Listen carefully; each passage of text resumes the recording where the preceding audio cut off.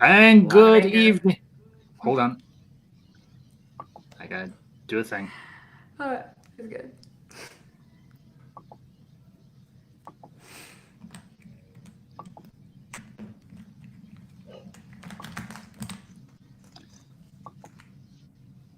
Hey, when I do this. Oh, am I the only one with a picture? Great. No. You're good. Oh, okay. It's still muted. All right. Let me make sure everything is up.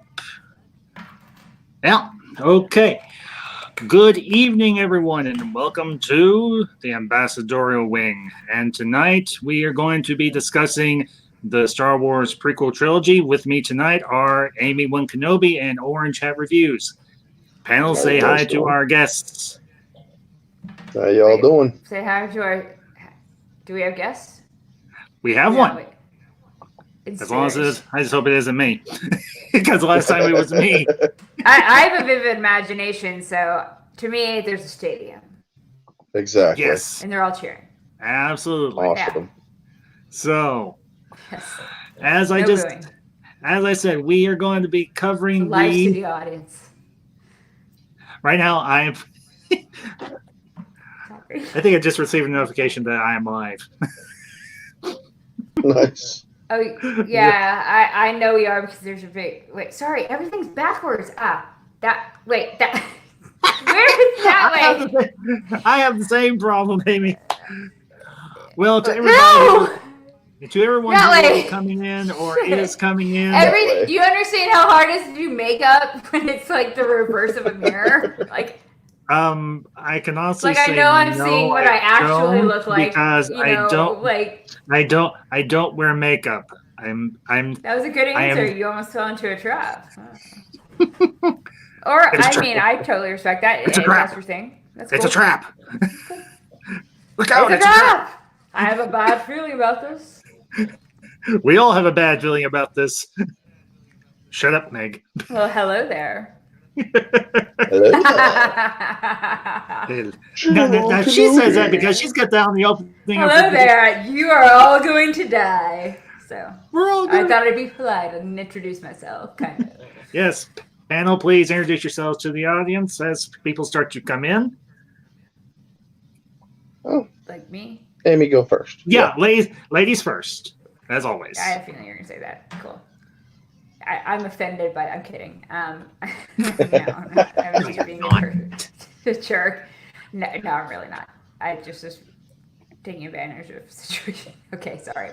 I am Amy One Kenobi, and I am here. Sorry, I don't know what to bring here. Orange and interruption. Look, see. Damn it. Orange Hat. Orange Hat Reviews. I do movie news, movie reviews, show reviews, entertainment news, all the controversial stuff. And I don't bullshit anyone, so. And that's why we love you, man. Like me. It sounds like me. Yeah. Except less blonde. Yep. There's a lot less blonde moments for you, I bet. Oh, you'd be surprised.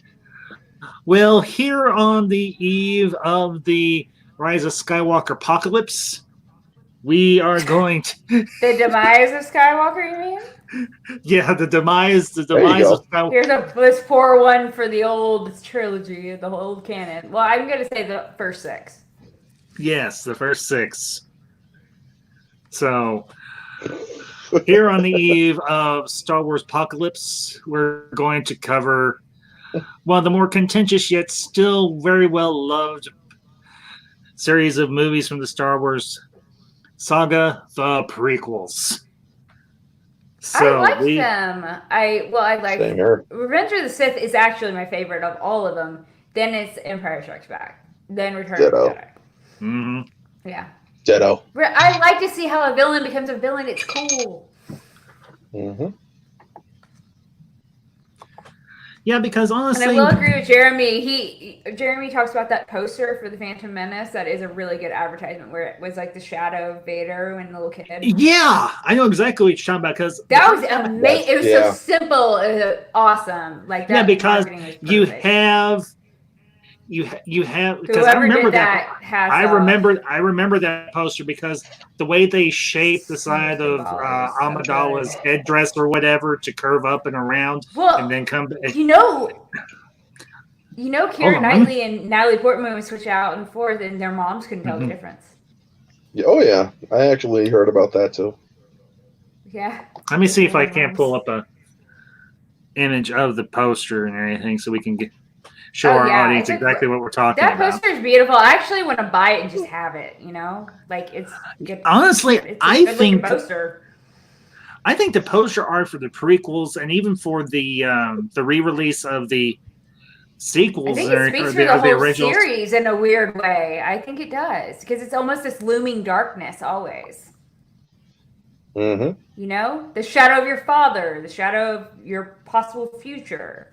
Yeah, etc. Exactly. It's the dark weight it's a dark weight of that like your always past. carried inside him. Yeah. And that you have to fight, and it's that shadow archetype that we all have to fight within ourselves. Yep. Here we go. Right. Yeah, I went deep. That's okay. I took school. So I graduated high school and I took some college. Okay. Hey, psychology comes naturally to me. Psychology is what I took. Yeah, but here's the poster and everything, and I know it's not that big of a shot and everything, but you kind of get the idea because. No, that's not it. It's very simple. Where he's walking forward and on the side of a. It's all sand. It's just like a little bit of a hill behind him. It's really beautiful. Okay, hold on. Yeah, it's I know gorgeous. What you're talking about now. Okay, I know which one you're talking about now. Okay, it's literally just him walking in and his shadow on the. Okay, hold on. Yeah, I know which one you're talking about now. I think that was the. That was a slam dunk for advertising on that. That was fantastically done. Yeah, I know which one you're talking about now. Hold on one second. Simple yet significant. If for Don Draper to say, what didn't he say that in Mad Men? Like simple yet significant. Yeah. Yes. Well, someone on Mad Men said it. Here we go. Pardon me. There we go. That's the one. Yeah. Yes, yep. God, that's beautiful. Yes, it is. I just want that. I really just want that because it's a cool poster. It says so much. It is. So little. Now, you know, and to me as an artist, that's really cool. Like, I love it. Well, here's the thing and everything. When they started doing the marketing back in, I think it was like 98 or late 97 going into 98. 97. Was it 97? Because it was right after the special edition. I was going to say they re-released. I had all the action figures. I was obsessed, and I hope my mom kept them. That could have been nice, but of course they were unboxed. So I had a lot of them too. I don't know where they went. I sold a lot of mine, unfortunately, but I'm sure my mom sold them in a garage sale. Thanks. Mm-hmm. Oh crap! Hey, now there's eBay. Yeah, there is eBay. Of course, I just recently got something. I just recently got something off of eBay, and I'm very happy with it. What'd you get? What? Okay, well, give me a minute. I have to move a little. Let me close out this right here and bring it back. Okay. And I will switch on my camera. Please do not be shocked. You're about to see my face. All right. Ah! I'm kidding.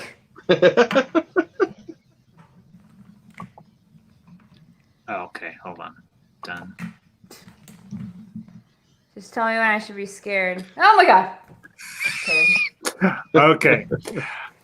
I have been my wife and everything. She loves me. She knows how much of a Star Wars freak I am. And I have over the last couple of years been rebuilding my collection a little bit, but in particular Empire and the stuff from the original movies. But yeah, as you can see behind me, I've got my Kylo Ren, which back when he had potential, I can't part with him because, well, for one thing, my wife bought it for me for my birthday.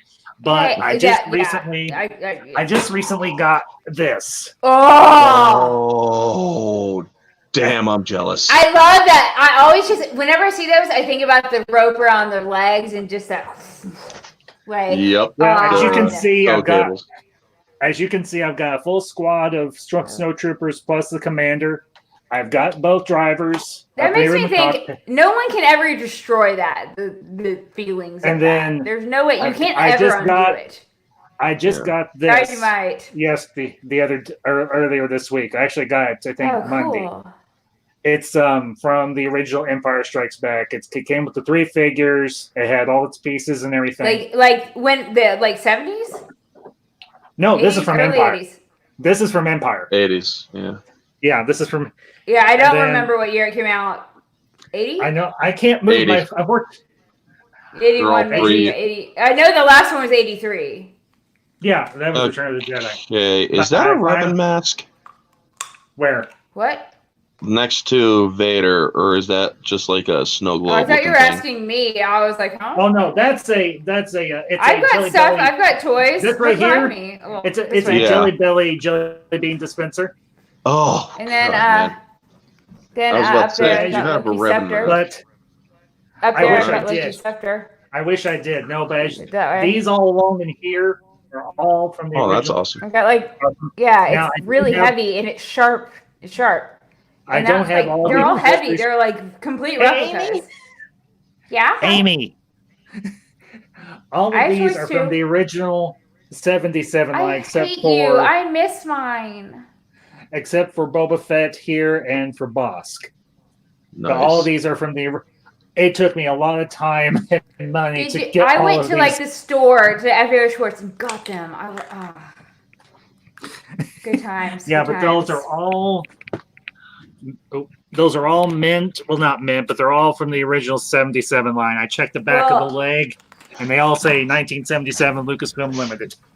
Nice. Now I don't have all the accessories I have yet. That, which is the first appearance. I know that. No, that's cool. That is Loki ever. Cool. And it's signed by Tom Hiddleston on like the case, but not the. Oh, I'm so jealous. And then this is the first Avengers one. It's not as good, I guess, because it's a lower number. I don't really give a shit. But sorry. Cool. Darn. I don't know what you put. Shoot. I don't know what you substitute. As long as there are no children present, I don't care. She's crying in her room loudly. I can't make it stop. Because my live streams are not for children; they're for adults. You hear that? You can see in back of me. If you look at mine, it's like 00. It's like number is like hashtag 000 number whatever and forget. It's like It's like part of my title. I'll show you all one more thing. Anything? My titles are boring. I'll show you all one more thing, and then we'll get back into our prequel chat. our prequel trilogy discussion. I got to turn my camera back on, obviously. Okay. Do we have people watching? There's a couple people, yeah. I sent the thing out on Twitter, so eventually people will start. I'll do that too. Hey, you know what? Even if this doesn't get watched until later, I don't care. I'm here with 2 people that. One person I know really well, one person I kind of know, that you being you, Orange, and everything. Oh, yeah, you know me. We're just going to enjoy ourselves. We're going to talk about the prequels. We're going to get ready for this dumpster fire known as the Ruse. God damn. You mean that corporate fiction? Okay. But yeah, I don't know if Cats is worse but I saw that kiss with Kylo Ren and okay. All right, let's talk about something just a little more positive for just a second, Amy. Yeah. I threw my phone. I dropped it. It's like a jump scare. It upsets me so badly. Anyway, we went to a flea market a couple of weeks ago, and you want to find vintage stuff for Star Wars or whatever. Go to your flea markets. Go to your local flea markets. They are like a treasure trove of. They have such random shit, yeah. Well, but if you've got people who deal in like vintage toys, like from the 70s and 80s, they are a treasure trove. I found these, and I was honestly legit happy.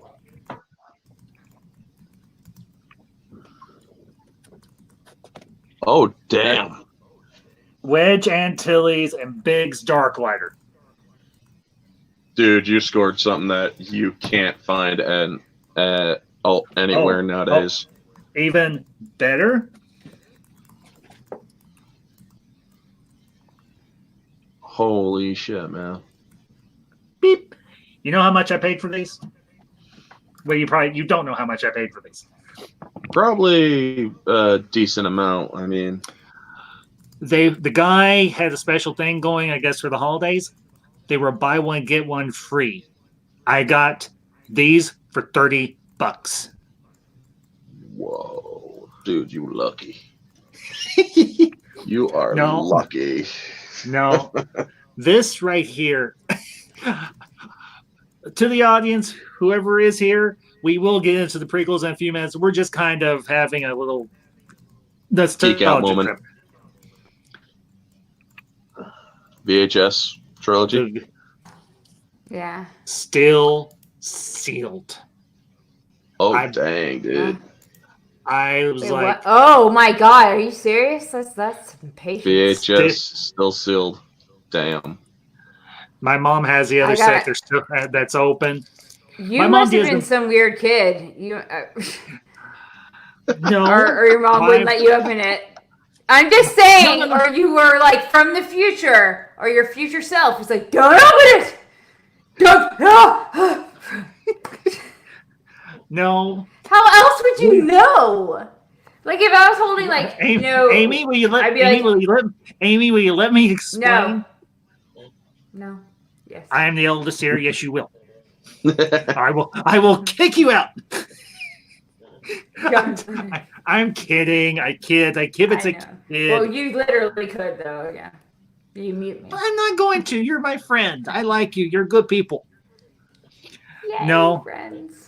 Hey, Jeff B is here. Hail, Kosh, Amy Orange. Just got off call with girlfriend. Hey, Jeff, good to see you, man. We were just kind of having a little trip down nostalgia lane, looking at all my recently acquired vintage Star Wars toys and what have you. Yeah, you got toys, and I've got like legit weapons or something. Oh, we do. I have like Stormbreaker too, and it's 17 pounds, and it's super heavy. Oof. I once took a picture of my husband, and it kind of looks like he's trying to hit her child on her trike, and it wasn't. It just looks like it. Haven't you shown that picture on Twitter? No, because she was like only in a diaper, and it's kind of awkward. Mm-hmm. Okay. Couldn't put that out on social media, so but and I also looked like absolute crap. That might have been more of the reason why. That was the reason why, honestly. Jeff B says, cautious. Jeff, thank you. Jeff, I know you've been with me since the beginning of my channel. It's no longer Kosh. It's just the ambassador now, but it's okay. I'll give you a slide. I'll let it slide. No, when they brought out the remasters of the original trilogy on VHS, I was like, Mom, I want one to buy so we can watch it, but I want one sealed to keep because this was the last time they were going to release. This was going to be the last time that they were going to release the unmastered or the remasters and everything of the originals on VHS, because after this you had the special editions come out, and that's the only edition you can get now. Do you still have a VCR? My in-laws do. I think I have a my mom VCR. Does. And my mom does. And everything. I had a combo VCR DVD thing, which was worth keeping, actually. The other thing is, we were at another. This was like 2 years ago. We were at another flea market and everything, and I actually found an unopened. Well, no, it had been opened, but I found a copy of the limited editions of the non-specialized editions of the original trilogy. I actually found a copy of Empire Strikes Back for like $5. I was like, "That's awesome! Holy crap!" Were you like? And I spent another year trying to find the other two at every secondhand and every retail outlet every retail store I could think of. Nobody had them. I ended up going through Amazon, and I got Return of the Jedi, and I got A New Hope. Both of them, Good job. Nicely done. the limit. Did you have the John Williams box set CD thing? Because I did. I love that fucking thing. From Phantom Menace. From the re-release. No, the re-release. No. No. In the 90s. I had the re-release. Oh, God. It was like this big, huge box, and it was a bunch of CDs, which tells you hi, it's from the 90s. Yeah. This was high-tech. Unfortunately, the only dial-up. No, I don't say this sadly. The only soundtracks I have are for the prequels. Napster. But I'm honestly okay with that because I may eventually get the original trilogy soundtracks because I have to have Empire. Might still have them. I listen to them. You can probably get them on Amazon or eBay. Just have to. No, I mean I'm just saying I think in a drawer in my parents' house, like in my room. Jeff B says VHS is old school, and I will always be Ambassador. And old school is cool. Come on. Old school is the best. Get it together. Cool. Yeah, like really. You're just jealous, yo. I'm kidding. But kind of getting back on track here. I remember when they were doing the ramp up for the marketing for the prequels. I'm like, you had that first trailer come out, I think in mid '98. Orville Nation is here. Hey, Orville, I was 13, so I was focused on other things. I'm gonna say I was in a bad place. It was middle school. Come on, it was not. Hail Orville Nation! Thank you for coming, sir. Glad you're here. Hello. How you doing? He was one of my first contacts on Twitter and on YouTube and everything. He has been super awesome, super supportive, and cool. Yeah. Anyway, but I remember when they had that first trailer or teaser trailer come out, and it had the fade in with the black screen. It's like every generation has a legend, and then you see the. I don't know if I would get a copyright strike for running the trailer, but yeah, I don't do it. Yeah, I don't want to risk it. We know which one you're mentioning. Yeah. It was the first teaser trailer, and it had that do do do do do do playing in the background, and then you see the Gungans on those Cadoos and everything, the oversized ostrich lizards. Yeah, is what the oversized ostrich duck-billed lizards, and. You're like, oh crap, this is gonna be lit, and then the music ramps up, and it's like, we didn't say that in the 90s, did we? What? We said like this is gonna be off the hook. This is gonna be awesome. This is gonna be epic. This is gonna be great. I'm gonna say awesome was probably it. Yeah, it would probably. Like awesome and dude stuck with me a lot. Yeah, that actually is. Yeah. But I think there are some words we use that we no longer can that meant other things, but I understand why we can't now. And I actually agree with those. Those actually are PC words that I agree with, yeah. But no. Those and the crazy thing was people they bought a ticket to whatever movie it was at the time that the teaser trailer was running on just to see the trailer, and then they ended up leaving. Yep, I remember that too. too. The movie just to see the trailer. Oh, pre-YouTube, good times. I'm kidding. Yeah. And it was like I kind of. I didn't do it, but it was just Phantom Menace, and you're like, okay, this is going way back in the Wayback Machine of Star Wars, because you see Obi-Wan, you see Liam Neeson as Qui-Gon Jinn, you see Darth Maul, and then you see the hologram of Darth Sidious, which we eventually learned is actually the Emperor. Hello. So wait, was- we didn't know. Did we not know that before? The I- prequels? At first, I it was a wasn't- mystery.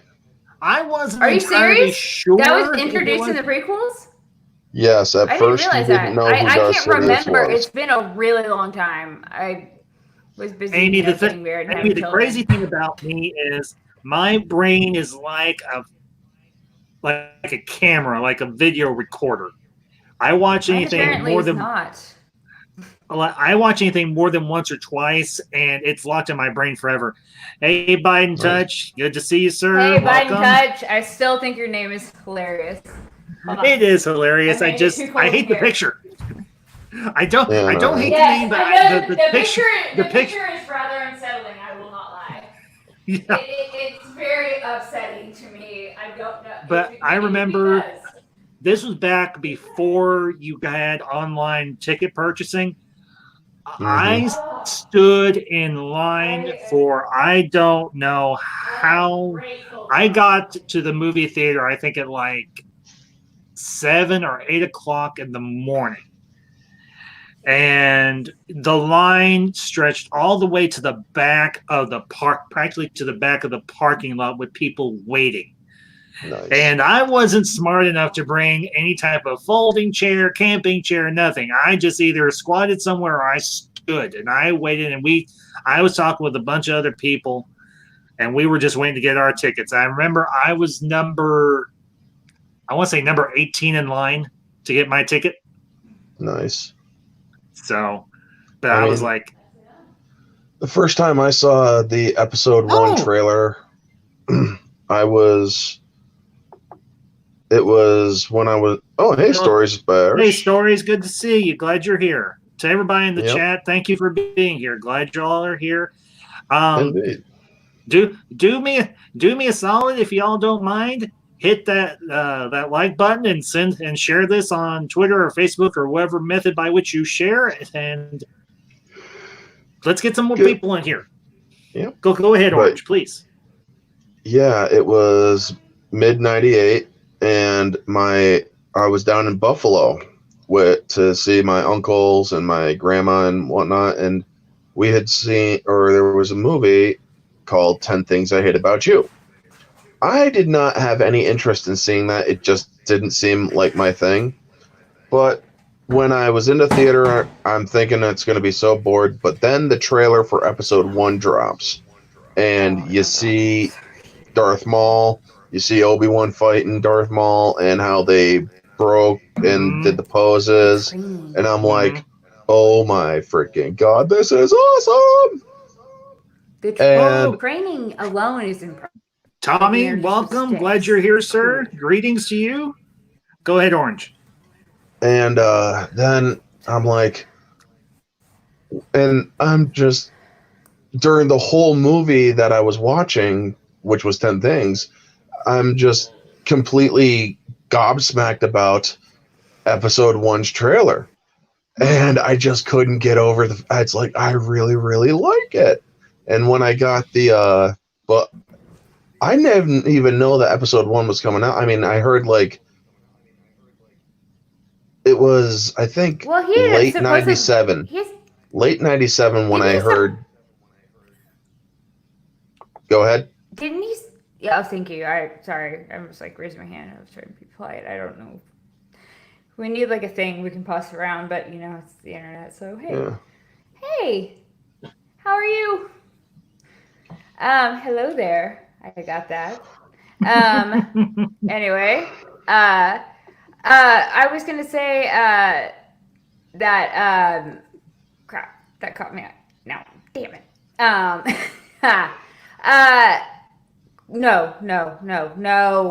I can't forget things. No.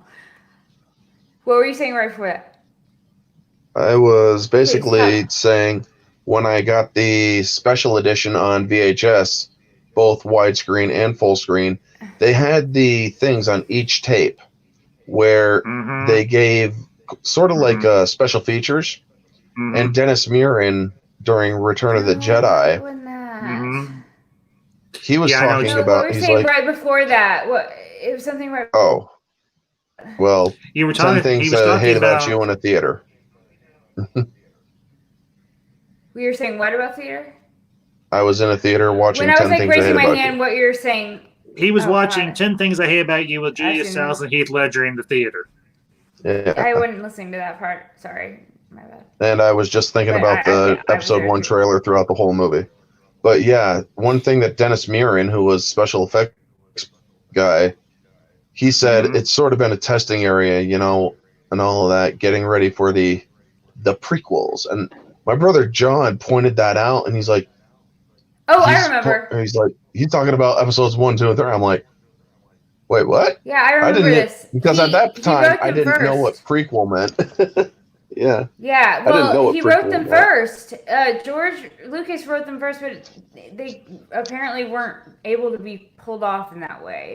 It made more sense to make Exactly. He didn't have the trilogy. technology for it. Exactly, but he did intend to make. Originally, they were supposed to be made first. I'm glad they weren't, Yes. though. Well, the thing was, at the time, they didn't have the technological means to make the prequels because I think that with all the prequels stuff that they had aged well, personally. the They prequels have actually, aged. in my opinion. I think the And I prequels also have think the aged very Disney well. trilogy has made the prequels look really damn good lately. Hey, Just saying. good evening, Adega. Good to see you, sir. Glad you're here. Hello. Thank you for joining. You know. Adega is awesome, I mean- guys. If you are not subscribed to Adega's channel, And he hi, does a Stories lot by of Irish. he does a lot of his own fan fiction. He narrates it and everything. He writes it. and it I've is done awesome. I did fan fiction for a long time, but I did it more on like a forum thing. Well, I it's not- didn't do it's not- it. it's not so much I've written fan- some. It's not so much fan fiction; it's independent fiction that Adega does and everything. And I first came across him, just real quick segue, and then we'll get back on topic. I came across him Yeah, on an XNR Comics live stream and everything, and I've actually watched some of his everything, some of his videos and everything. You can actually listen to him, and you don't really need to watch him. And he does such a good job and everything. He writes these independent fiction, and Adega, I hope that's a proper categorization for what you do, and it goes across sci-fi and all sorts of stuff, and it is just awesome. I highly recommend everybody in the chat, if you've not subscribed to Adega's channel, if you don't follow him on Twitter, do so. I'll make Anyway. do that now. What's his handle? Sorry. I a thing? think it's just, I think on Twitter is just Adega. On Okay. on I'm on it now. I'm gonna do that now. Yeah. But anyway, Amy, you were saying, go ahead. I forgot. Okay, well, I'll jump back in here, and Thanks a lot. Thanks a lot. Well, when you remember what you want to talk about, just say, "Hey, Ambassador." Well, what were you talking about right before? Episode 1. Yeah, we were talking about. No, I was talking about how they couldn't have. They didn't have the technology. Yes, they didn't have the technology. And we were talking about how the prequels have aged. Then I said well. that. Yeah, definitely. Yes. The prequels have aged extremely well, and honestly, I think that's very true and everything. Now, here's the thing about I liked them at the time, honestly. I did too. I mean, I still do. I know But a lot. for me, I see that's for the Disney stuff. For people, that's like we were with the prequels, you know, or at least me. For me, I mean, I kind of like the puppet it's a lot Yoda by in in touch. episode 1 better You than stay up to I did too. date. Change your creepy picture. Kidding, I'm kidding. But please, maybe. Yeah. But here's the thing. I liked the puppet Yoda that they did because they had Frank Oz come back, and they did have the kind puppet. of. I thought he was real. I'm kidding. If only. But here's the now they did have a CG Is Yoda. Frank Oz still alive? Yes. As far as I know, he is still alive. He did the voice and everything, and did the puppetry for TLJ. Frank Oz is still alive. Yeah, alive and well. Henson is dead. He died back in 91, I think. Yeah, sadly, which sucks. I missed that. I way missed that. I'm sorry. I'm happy belated death. I'm sorry. Not happy. I mean, sorry belated death. I don't know what you said. Get it. We get it, Amy. It's okay. But I think I honestly, agree. I dig Outlaw. I absolutely 100% agree. But honestly, they had to do a CG Yoda. I'm not a redhead. I swear to God. I'm legitimately blonde. I swear. Look, Okay. my eyebrows are blonde. Amy? Sorry. What? So I've never. This is the second time he said that. In 2 Okay. different live streams. Let it go. I dyed my hair. Okay, I sing that song to my kids every night. I know what "Let It Go" means, and trust me, I want to let that song go, but I can't. Okay. All right. Chill. Maintain. Shut up! Don't call me. I mean that with love. Star Wars before it was Episode 4 was my second movie theater. Yeah. Jeff, for me, You're not getting a follow, Digga Outlaw. Now you're not. oh, come on. I'm fine with Blondie.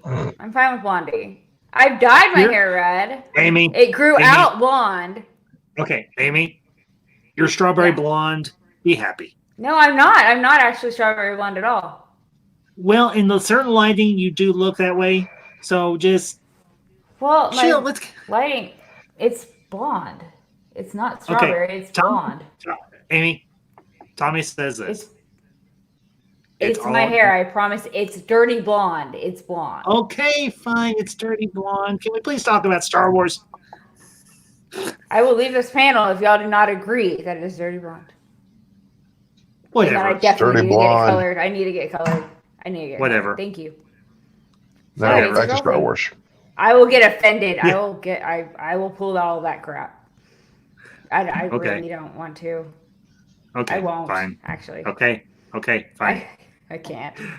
In good conscience. Anyway, I know. It's fine. I'm kidding. Okay, fine.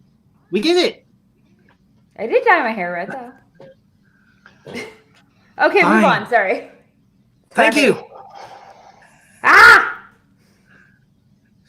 Speaking of hair, how many people thought that Natalie Portman had way too many hairdos in Phantom Menace? I Oh thought they were my impressive. gosh, man. And probably painstaking to have to sit and have that done. I was Unless they honestly were all- wondering how the hell they did it. That's Now, how the I other go thi- about my day. now, here's the other thing. This is the 45th. I'm They kidding. could have been. They all could have been wigs. They all they could- Yes, were. of They were. course They they could've were. been- they They- all Of could've course they were. Yeah. No one They were has all that wigs. thick of hair. But here's the thing. Except like a horse. Like, come on. But here is the thing. That one wig that she had to wear in this, where they're in the Senate, and she's got those two big like drums hanging down the sides of her head. Y'all know which one I'm talking about? Yeah. It's a scene.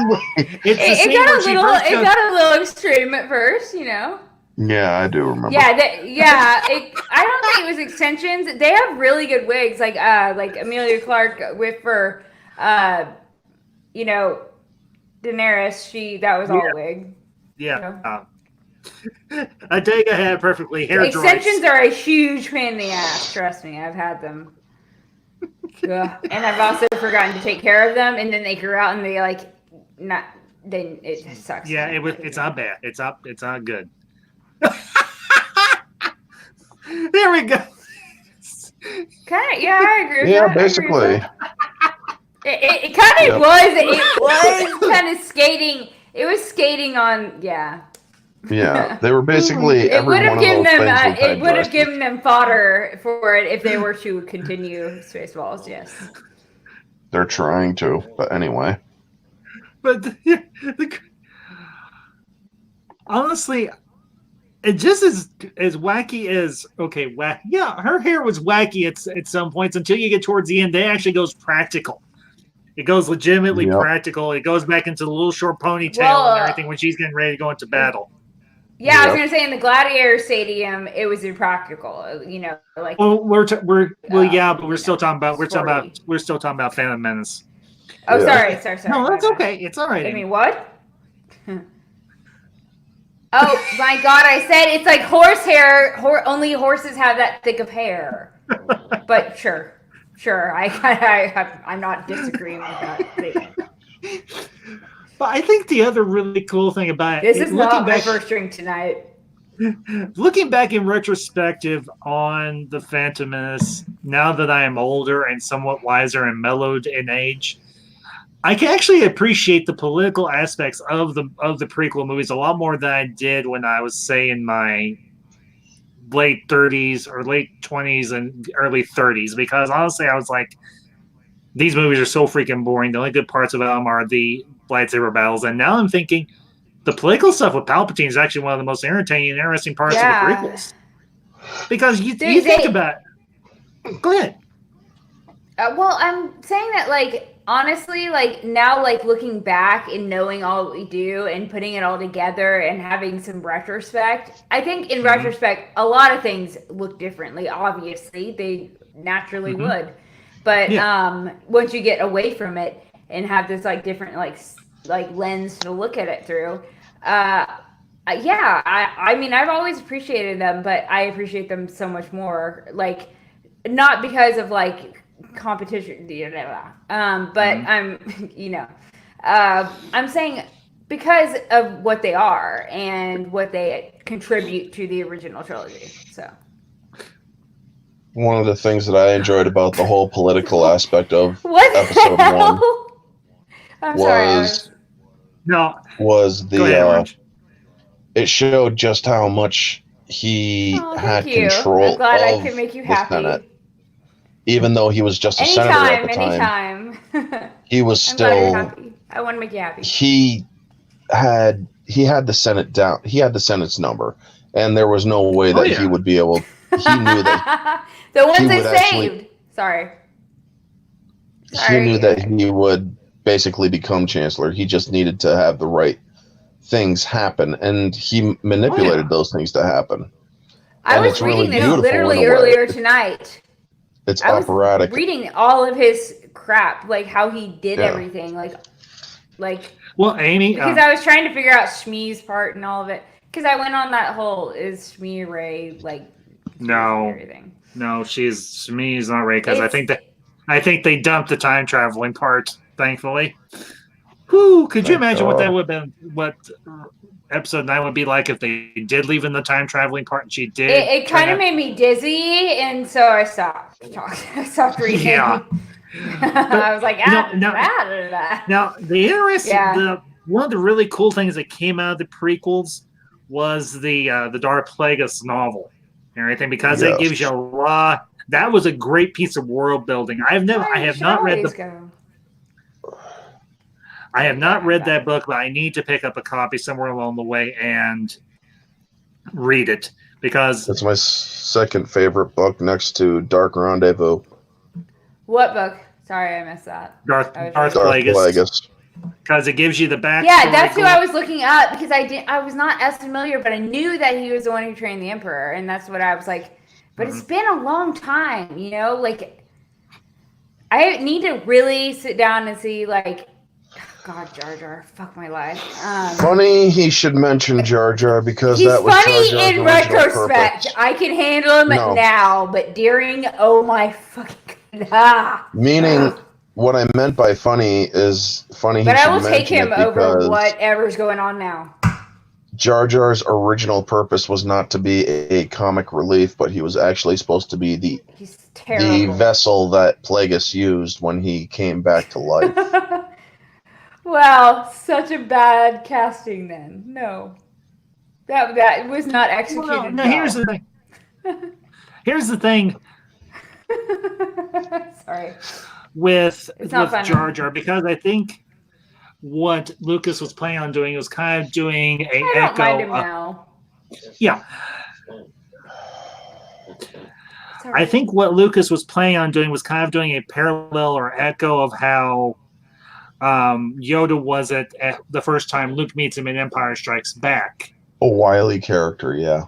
A wily character and everything, and they were going to do the same thing with Jar Jar, but there was such a negative backlash that Lucas abandoned it and pretty much wrote Jar Jar out of the other two episodes. He was instrumental in a way. He was in episode 2.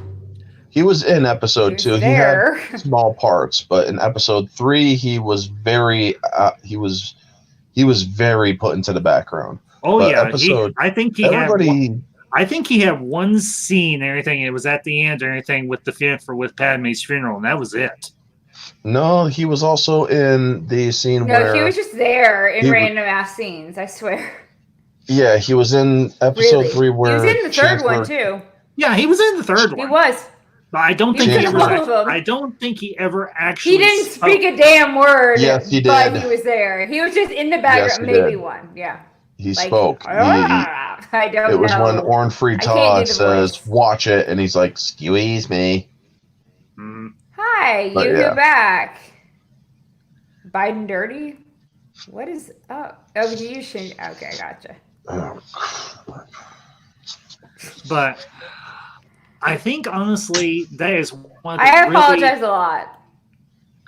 I think that honestly the political angle of the prequels is one of the best parts of it now in retrospect, because the thing that Lucas did, and he did this deliberately and everything, because if y'all remember when they were doing the design for the Imperial military and the officers' uniforms, they used designs that echoed the officers' uniforms for the Nazis, and you Yep. honestly have that same through line with Palpatine and his rise, because it's very much in the same vein of how Hitler rose to power back in the 1930s and obviously 40s Exactly. That makes sense.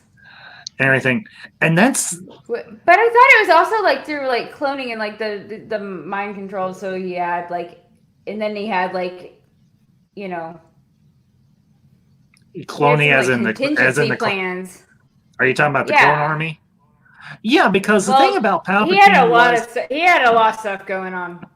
Yeah, obviously. the thing about Palpatine, the thing before Plagueis came across him, he came from a very affluent, upstanding I know. family. I think his family was originally from Naboo. That's why he I was picked forgot as what their was Yes. his name. I just read it. Dang it! Sheev.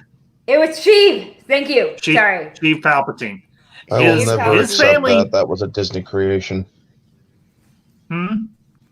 I You believe really? the name Sheev was No, or I'm was pretty It sure. reminds shortly me of after. Shiv. I'm sorry. I don't. It's I really think that close. was. I think that was EU created because Biden is creepier, No. by the way. I'm answering that. No, because the EU had it shortly, or it was shortly after Disney acquired Star Wars that they said, we're going to give Palpatine a first name. And it's like, why? He completely denounced his first name. He didn't want his first name.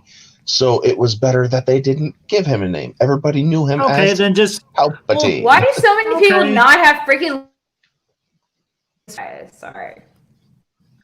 okay. So just It is refer to fine. him as Palpatine. No biggie. Yeah. But I mean, the thing me, about the- Or just only a just last as name, good. apparently. the cool but the cool thing about Palpatine was the fact that he came from a family that was very affluent, very well off, and was Aristocratic.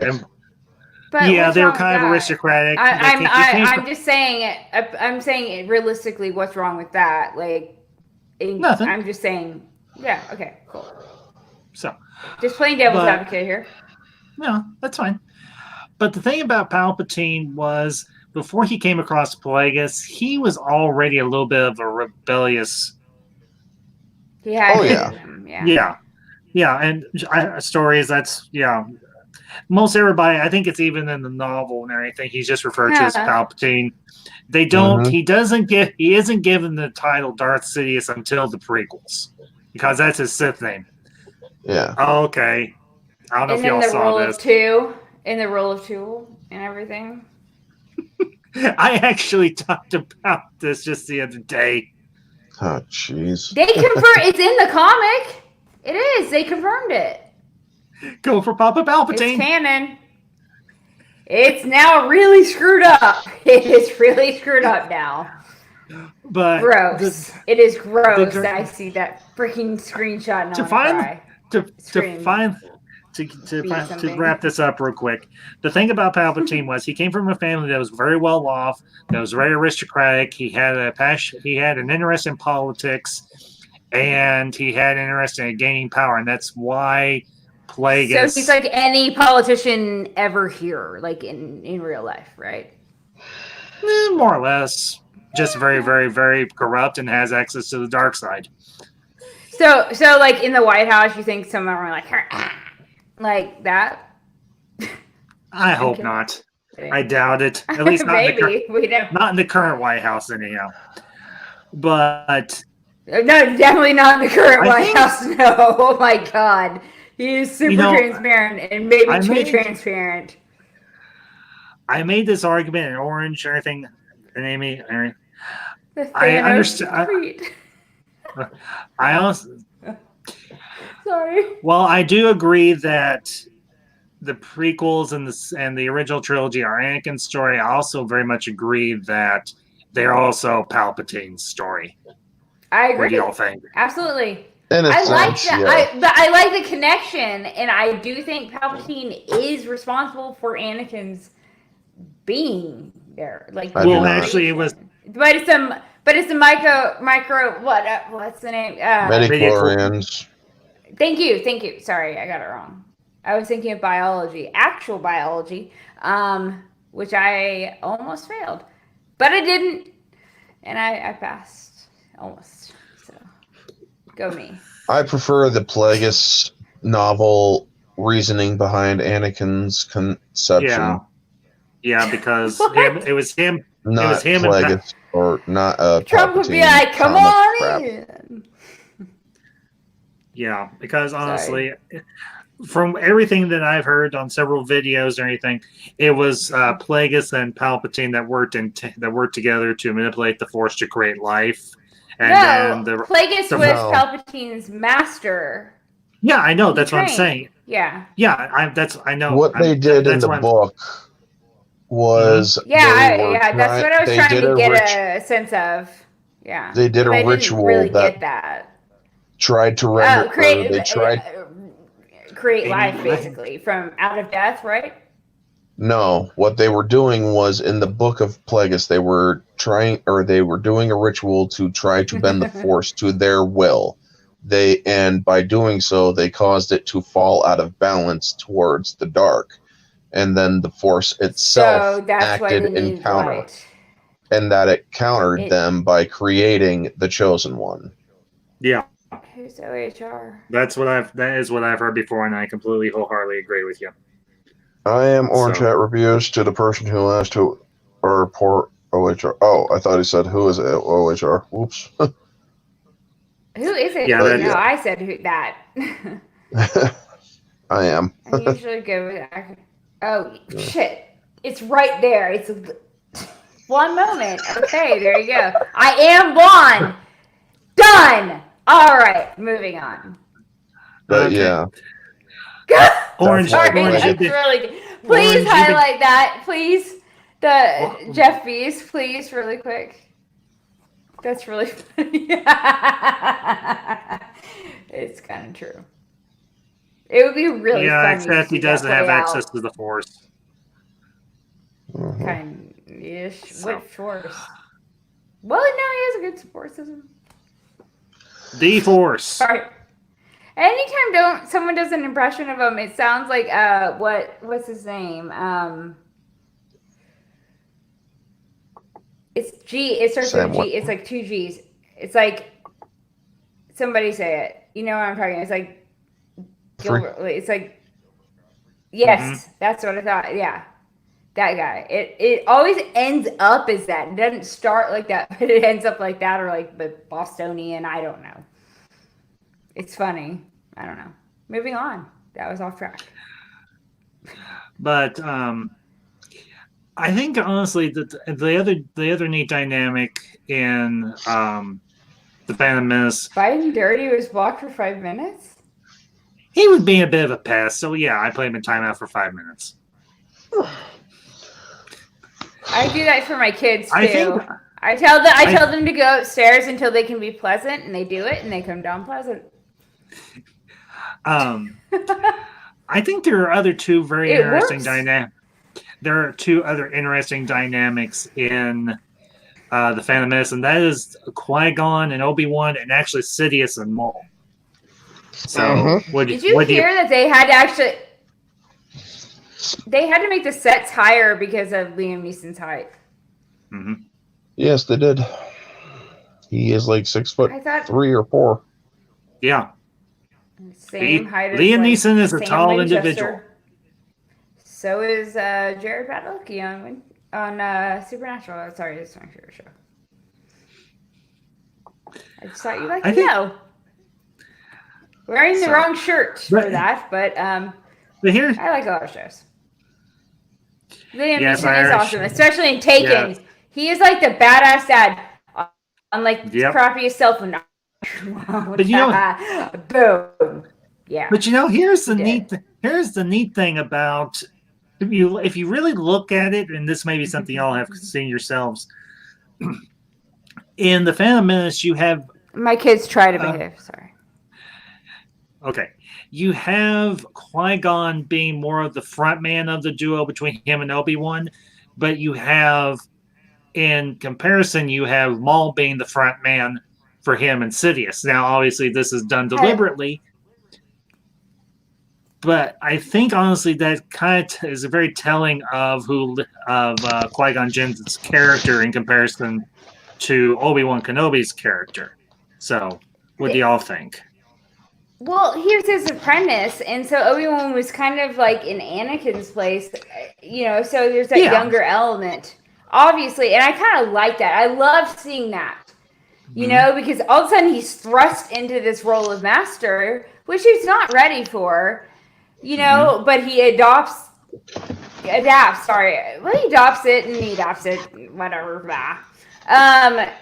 Just pretend I said the right thing, okay? Yes. He acclimates well with it and, does what he can. And so that's why it's so powerful in the end, like if I talk about it, I'll be upset. But basically, yeah, so I love that, seeing that, like Obi-Wan, like kind of like where he's in Anakin's position. It's cool. And then to be all automatically just shoved in this, whoa. It's a very much like a hero's journey, refusal of the call type of thing. My but I have to. It's not it's not a long refusal. I'm just saying. Sure, go please. Sorry. There are parallels also in a way between the rule of two with the Jedi. Yes, I know. Absolutely. If you look at how Qui-Gon said, I will train Anakin, and that he took him as a Padawan learner in the council, he's like, or Yoda tells him, you have an apprentice. You cannot take on a second. And Mace even says the code forbids it. And if you look at the rule of two, only two there are, a master and apprentice, one to embody the power, the other to crave it. And it was an interesting parallel there as well, because it shows that both Palpatine and Qui-Gon yearned to defy their own codes. But because Palpatine did not want to follow the rule of two. He actually tried to create the rule of one. He actually had a contingency plan in case he died to make it to where it all got destroyed. Oh yeah, that was Operation Cinder, but that wasn't until after the Empire had risen. Yeah, I know. I'm way ahead of things, but I'm just one saying. of the things that I did like in the book of Episode 1 was his reaction Can we to not mention the R word? Maul died. His reaction to when I will say that scene was amazing. I even like the training for that scene.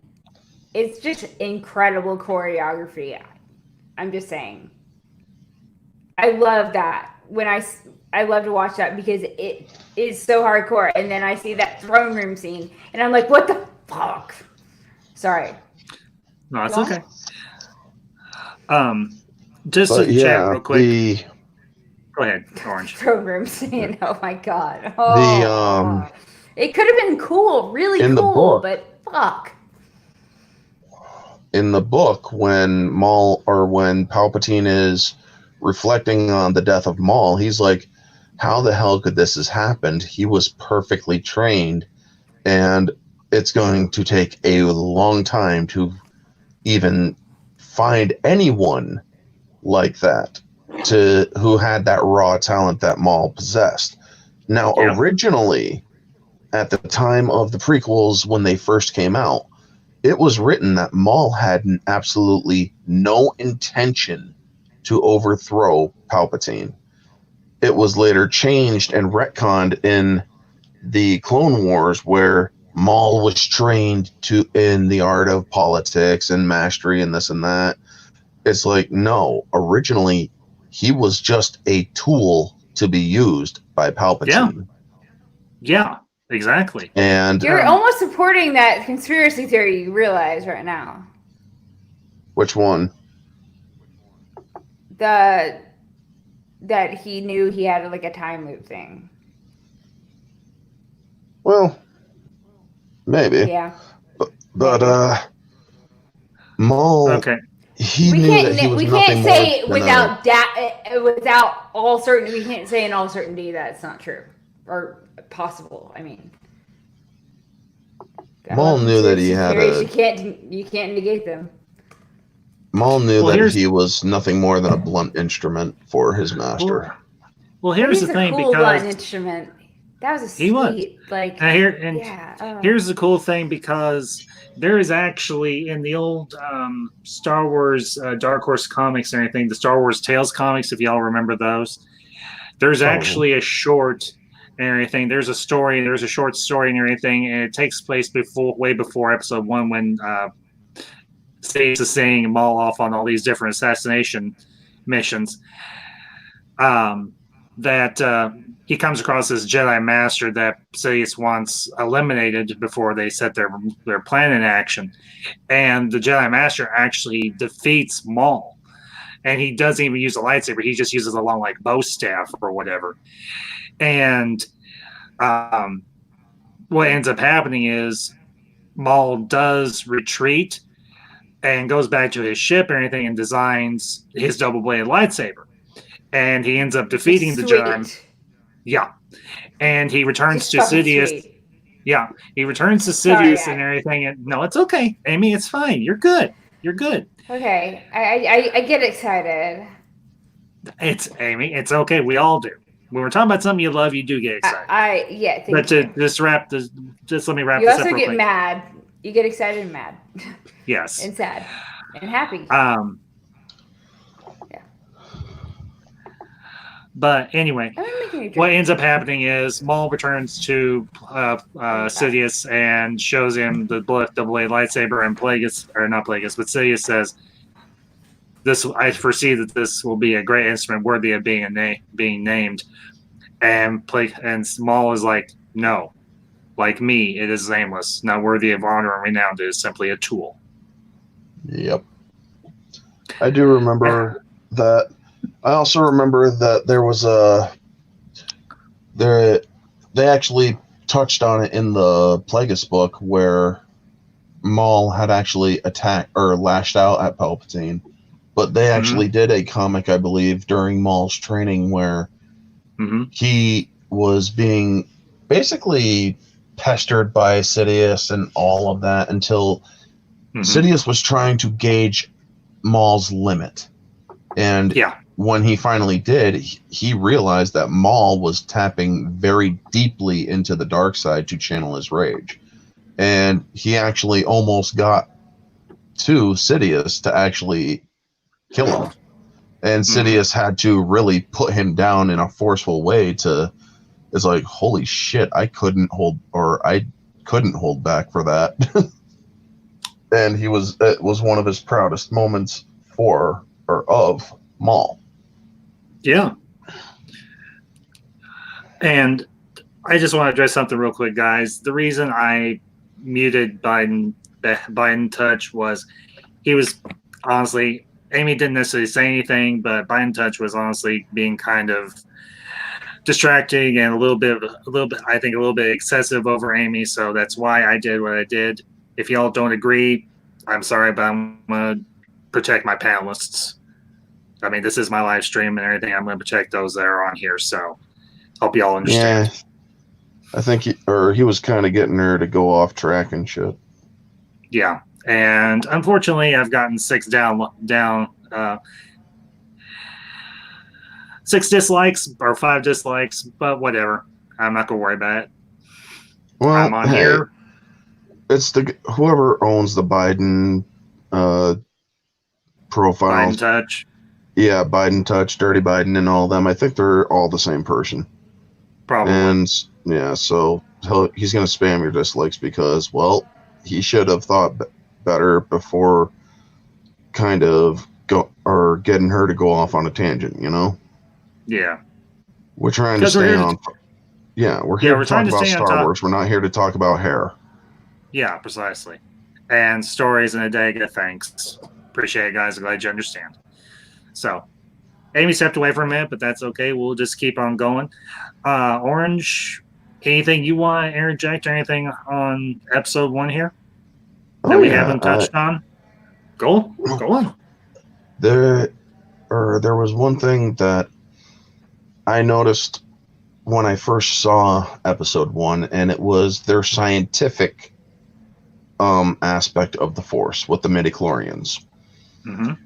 Now, if you remember the original trilogy, they touch on the more spiritual aspect, or how Obi-Wan and Yoda both describe it, and how it is sort of belief structured, but not truly belief structured. Yeah. Where, I mean, because if you remember from Empire, he's like, you want the impossible, and then Yoda literally lifts the X-Wing out, and he's like, I don't believe it, and he's like, that is why you failed. Yeah. And so, in a sense, they were kind of touching on the belief aspect, but they weren't saying that it is a prerequisite for using the Force, which they actually tried doing with Episode 8, but we're not going there. But in Episodes 1, 2, and 3, they brought the Force into a more scientific aspect, which is pretty cool because if you think about it, what was the order that real life took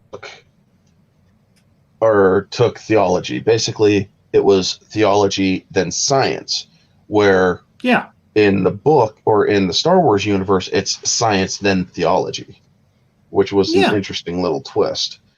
And I always thought, like, gosh, that back then, when I actually thought about it, I actually raised it to one of my teachers who was a Star Wars fan, and he's like, I honestly did not expect a kid to actually to notice that. And I'm like, well, it's just interesting, you know?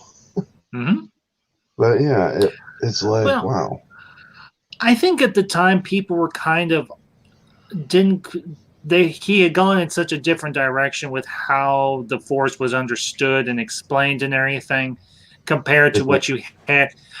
Compared to what you had in the original trilogy, switching over to the prequels, you go from a very Obi-Wan describes it as a mystical energy field that binds all living things. It binds us, it penetrates us, it unites the universe together.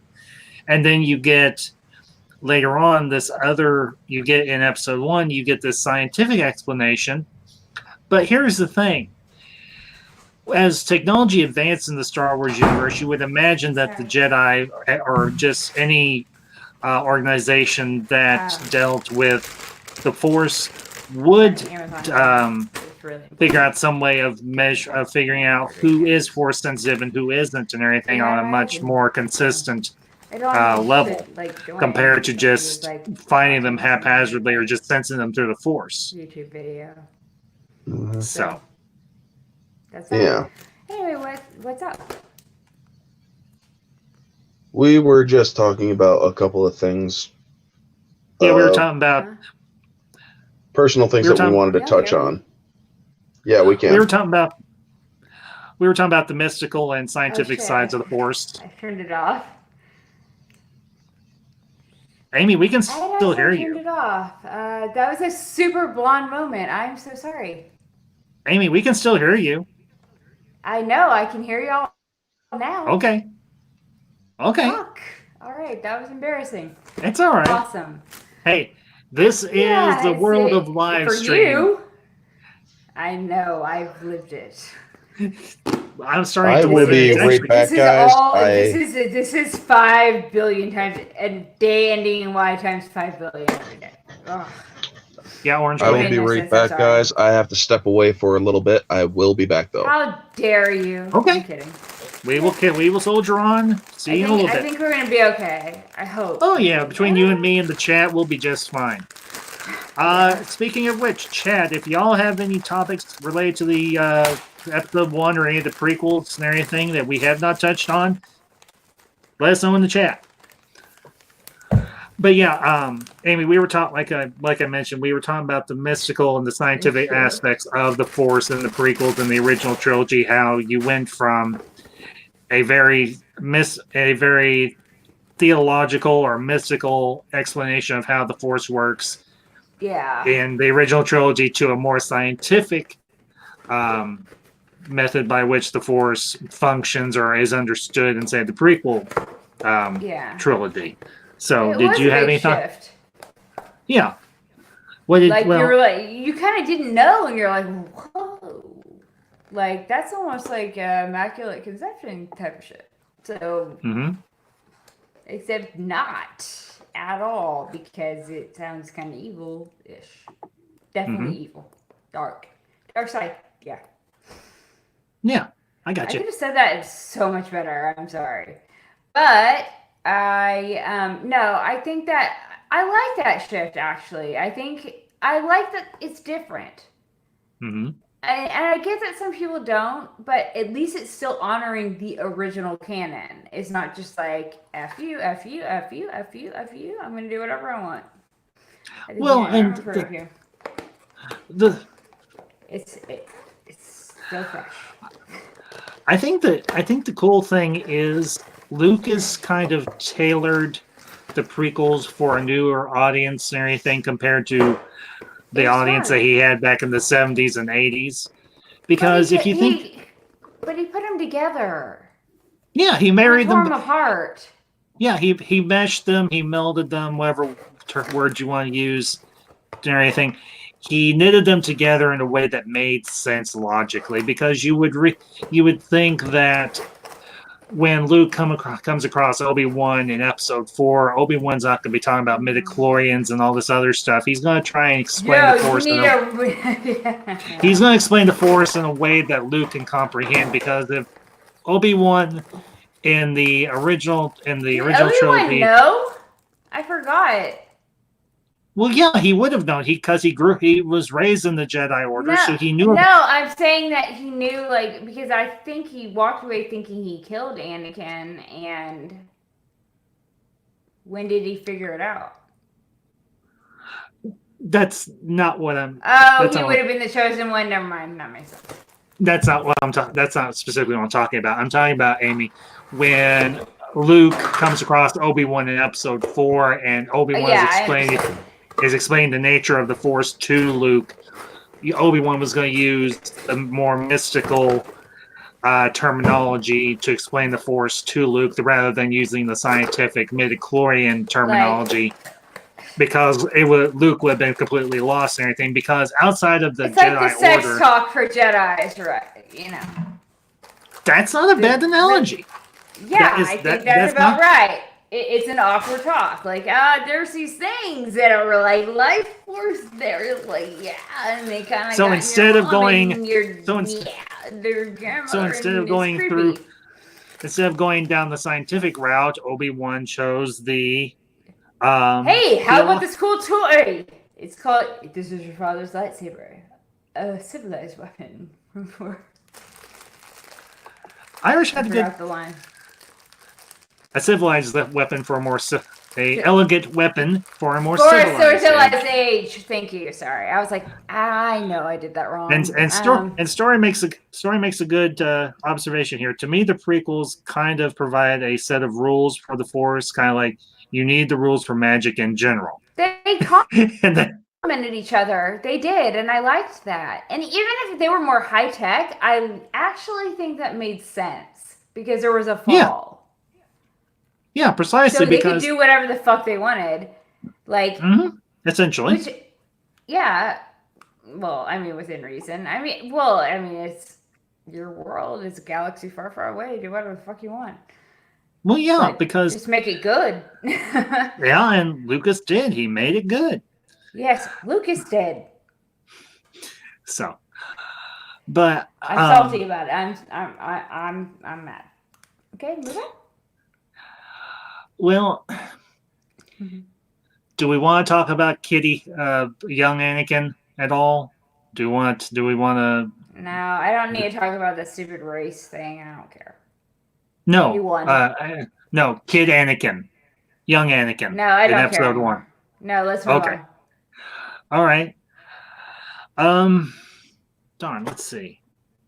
Trying to think. What is? I agree that there's with world building. Yes, Yes, I absolutely do agree with that.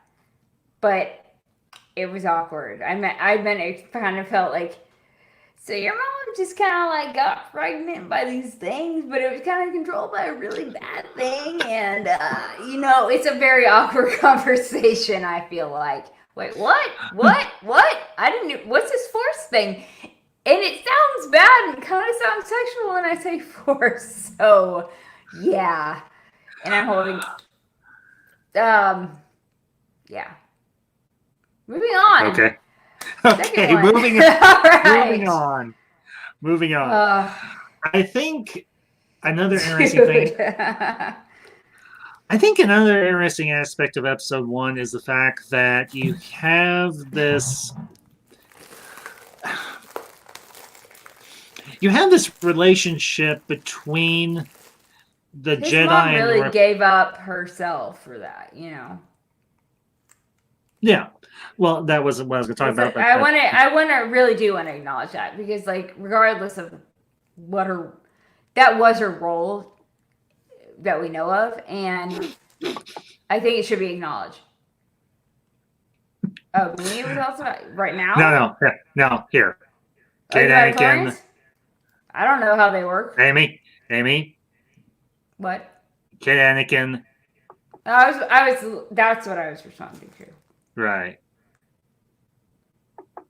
Yeah, Story. He had to step away for a few minutes. He will be back. He just okay. He has. Yeah, Tommy hit it perfectly.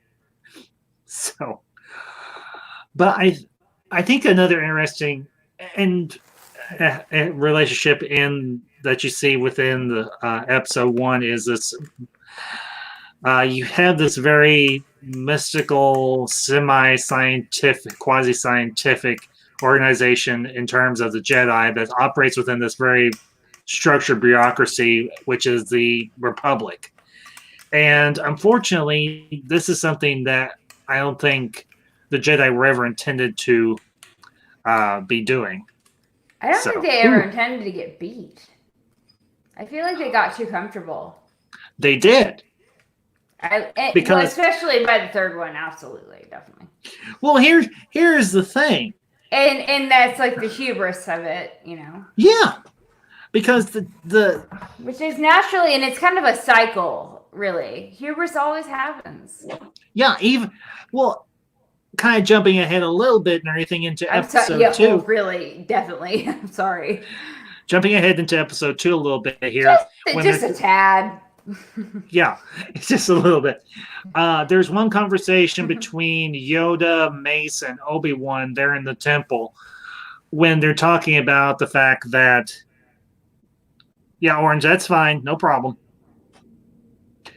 When Yoda, Obi-Wan, and Mace are talking about the fact that the records for Kamino have been erased from the Jedi archive, and Yoda makes the comment that, yeah, even the oldest, more experienced masters have become overconfident, have become kind of pompous, kind of arrogant, which is not in keeping with how a Jedi should conduct That's themselves. why I like the politics. That I relate to it now because when you're that age and you're looking at it, you don't give a shit.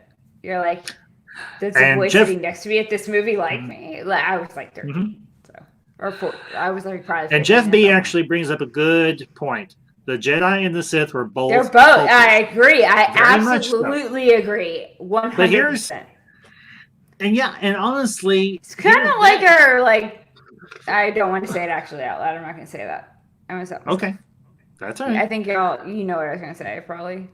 More than likely. It's kind of like that seems realistic. That's what I'm saying. But the thing is, the Jedi and the Sith were once. Jesus. Sorry. Where? No, over there. No, I'm kidding. No, that was strong. Sorry. Okay. The Jedi and the Sith were not always split. They were actually one race and everything. I'm not going to go. Yeah, I know what he's talking about. The Great Jedi, yeah. So. Yeah. Because the Great Jedi are actually what the Jedi or any Force practitioner should be. They are a balance between the light and the dark. That seems like the easiest job. I'm like, I'm going to be Switzerland. Yeah. You know. Well, but because here's the thing.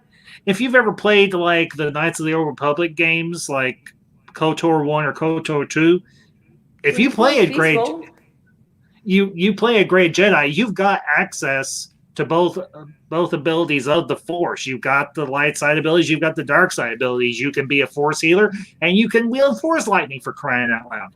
And that's what that's what any Force practitioner or anything was supposed to be. They weren't supposed to be dogmatic and rigid. They weren't supposed to be divided into light and dark. But unfortunately, they became that almost way. Like bipartisan. I'm saying it's true. Yeah. I won't go beyond that. I'm saying that's like I remember hearing that old adage. Maybe it didn't happen. Maybe it's not true, but probably where George Washington was going to take on a third term, rejected it, and he said, "Please don't go bipartisan." Oops. Oh, Jeff hit it. Our bad. Yeah. Because that's pretty much what the Jedi and the Sith did. If they did not conform to God, that could not. Oh. So. Glass shattering. It's okay, Amy. You'll be all right. Well, I always saw that. I always kind of knew that, but it's like so much more like applicable to now than it was then. I feel like. Yeah. But kind of getting in a way, I don't know. I feel like because we're in that our culture is just kind of in a weird place. It's in flux, but kind of getting it's in flux. Yeah, I agree with you. It's always it goes through phases. Like it's always in a weird place technically. You know, we say that, but somebody older would be like, "Oh, that's not fun." You know, exactly. I mean. I don't know. I'm not older than I'll let you know. Hopefully. But getting back on track, because I know I kind of went into a little bit of the EU stuff and everything from Star Wars and whatnot. Okay. But I think kind of getting back onto the movie itself, Episode 1, you have this very interesting...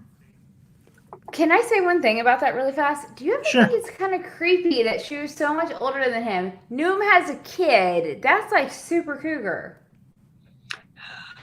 Well, it's true. Yeah, honestly, yeah. But honestly, yes, I will agree that it was kind of odd. She wasn't 13. She was 16 at bat, at the lowest. I'm not sure. I'm honestly not sure how. I don't know. I don't know if they ever say how old Padme was in Episode 1. She was 15, 16, not below. Yeah, she was. Now she wasn't super old, but yeah, I get your. He was 8. A dig. He's not wrong. I'm not saying that's right, but he's not incorrect in saying that, and that's bad, obviously. Okay. Irish says she was supposed to be 16, so there's That's roughly what a I 13. thought. Yeah, it seems Yeah, there's about a right. That seems there's about 13 there's a 13-year age difference. So yeah, it is kind of odd, and the fact that he was sorry. well, That's he was my natural he had reaction been face. he had been fixated on her for 10 years because he says at the beginning of episode 2 Didn't or I when they're going to return meet her. it? Ew. Yeah. Sorry. So Lucas could have done that part a little bit better, made him like 10 or 11. I know. Yeah, like 12. Like yeah, on 12 the cusp of like to where he's kind of got going that into crush. adolescence. Yeah. Going. Like Yeah, that could have. In that awkward phase, about to hit that, and it is confused, and that would actually have made more sense about the dark side, light side, kind of already starting to conflict. Yeah, because you wouldn't have had to. And we wouldn't have had to watch a dumb ass space race. Sorry, I didn't care. Okay. It looked cool, but we've got another panelist. We got the CJH coming in. Hey, hello CJ. again. I know you. He knows you too. Is there an echo? Huh? Is there an echo? No, you're coming through clean, bud. Okay. I'll put the headset in anyway. Okay. Hello there. Greetings, strange humans. Good to see you, bud. Glad you could make it. We've been Good going. to see you again. It's been a long time since yesterday or early this morning, and more like I can't remember. I ended up passing out. I was like, "Oh, Orange Hat is in the chat. Orange Hat, let me know when my you want live streams go like work days, like length, not intentionally." Yeah, we were just talking about the age difference between Anakin and Padme in episode 1. Oh God. Okay, but still. He was 9. I feel like he's still like he's not like hitting that. That's like the age where I feel like you're like you know what they should have done. Dot. Now you have a cootie shot type of thing. You know what they should have done. You're on the verge of it, but you're not quite there. Hayden Christensen was acting during the time of the episode 1 was being filmed. They could have just brought in Hayden as a young kid. But they're the same age. I think Hayden and Natalie are the same They were age. roughly the same age, but here's the thing. It's called suspension of disbelief, so they could have just said she's They could have made her look older. There's plenty of ways they could have done that. Well, here's the thing. They could have made him seem younger. There's ways because he's fresh faced. It would have worked. Yeah, I agree with that. There are 10 dozen because different guys ways. actually take longer to develop. Yeah. There was 10 dozen different ways they could have explained the age difference between the two of them, and honestly, any one of them would have worked. So, but oh I don't hey, think anybody's debated this so long, but it's a cool debate. I won't lie. Yeah. Outlaw honestly, just I think said hey to me. Who? I take Outlaw. Outlaw just said hey. Yeah. So. And Jeff. Yeah, we've got we don't have a whole bunch of people. We've got a good group in here. So I just say hello, everybody, and I try to like answer. Yeah. And if anything Hail cool comes to up, the Phantom Menace. Yes, hail to the FM. Hail to the Phantom Menace. Oh, yes.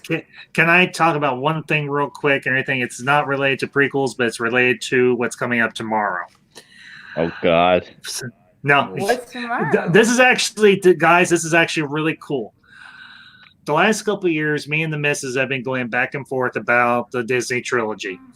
And last night, she finally took the red pill and realized just how bad she everything. I was like, she finally gets it. She finally understands. And I say this with love because I know she can probably hear me. Sorry, that's really. I say this. I just say it straight to his face. Like, I mean, he knows. But she finally got it. Because when she saw the leaked pictures of Palpatine and all the others, she's like, she's like, oh crap, this is gonna be awful. Because we're actually going to see it with a couple of friends on Saturday. Have fun. I'm probably gonna be there too. Have you seen all the No, spoilers? I'm willingly gonna go see it. Yes. I have pretty much watched that screenshot every of the channel. kiss upsets me every damn time. It's Okay, yeah. shows up in the scrolling It on Twitter, and I'm sucks. like, Gah! It So- sucks that they made Palpatine win. They should have sent Palpatine, not Kenobi. They should have just sent Kenobi and tied it into that no. series. There's No, no. sorry. I don't They really would've made- care. They would have made him a deadbeat grandfather.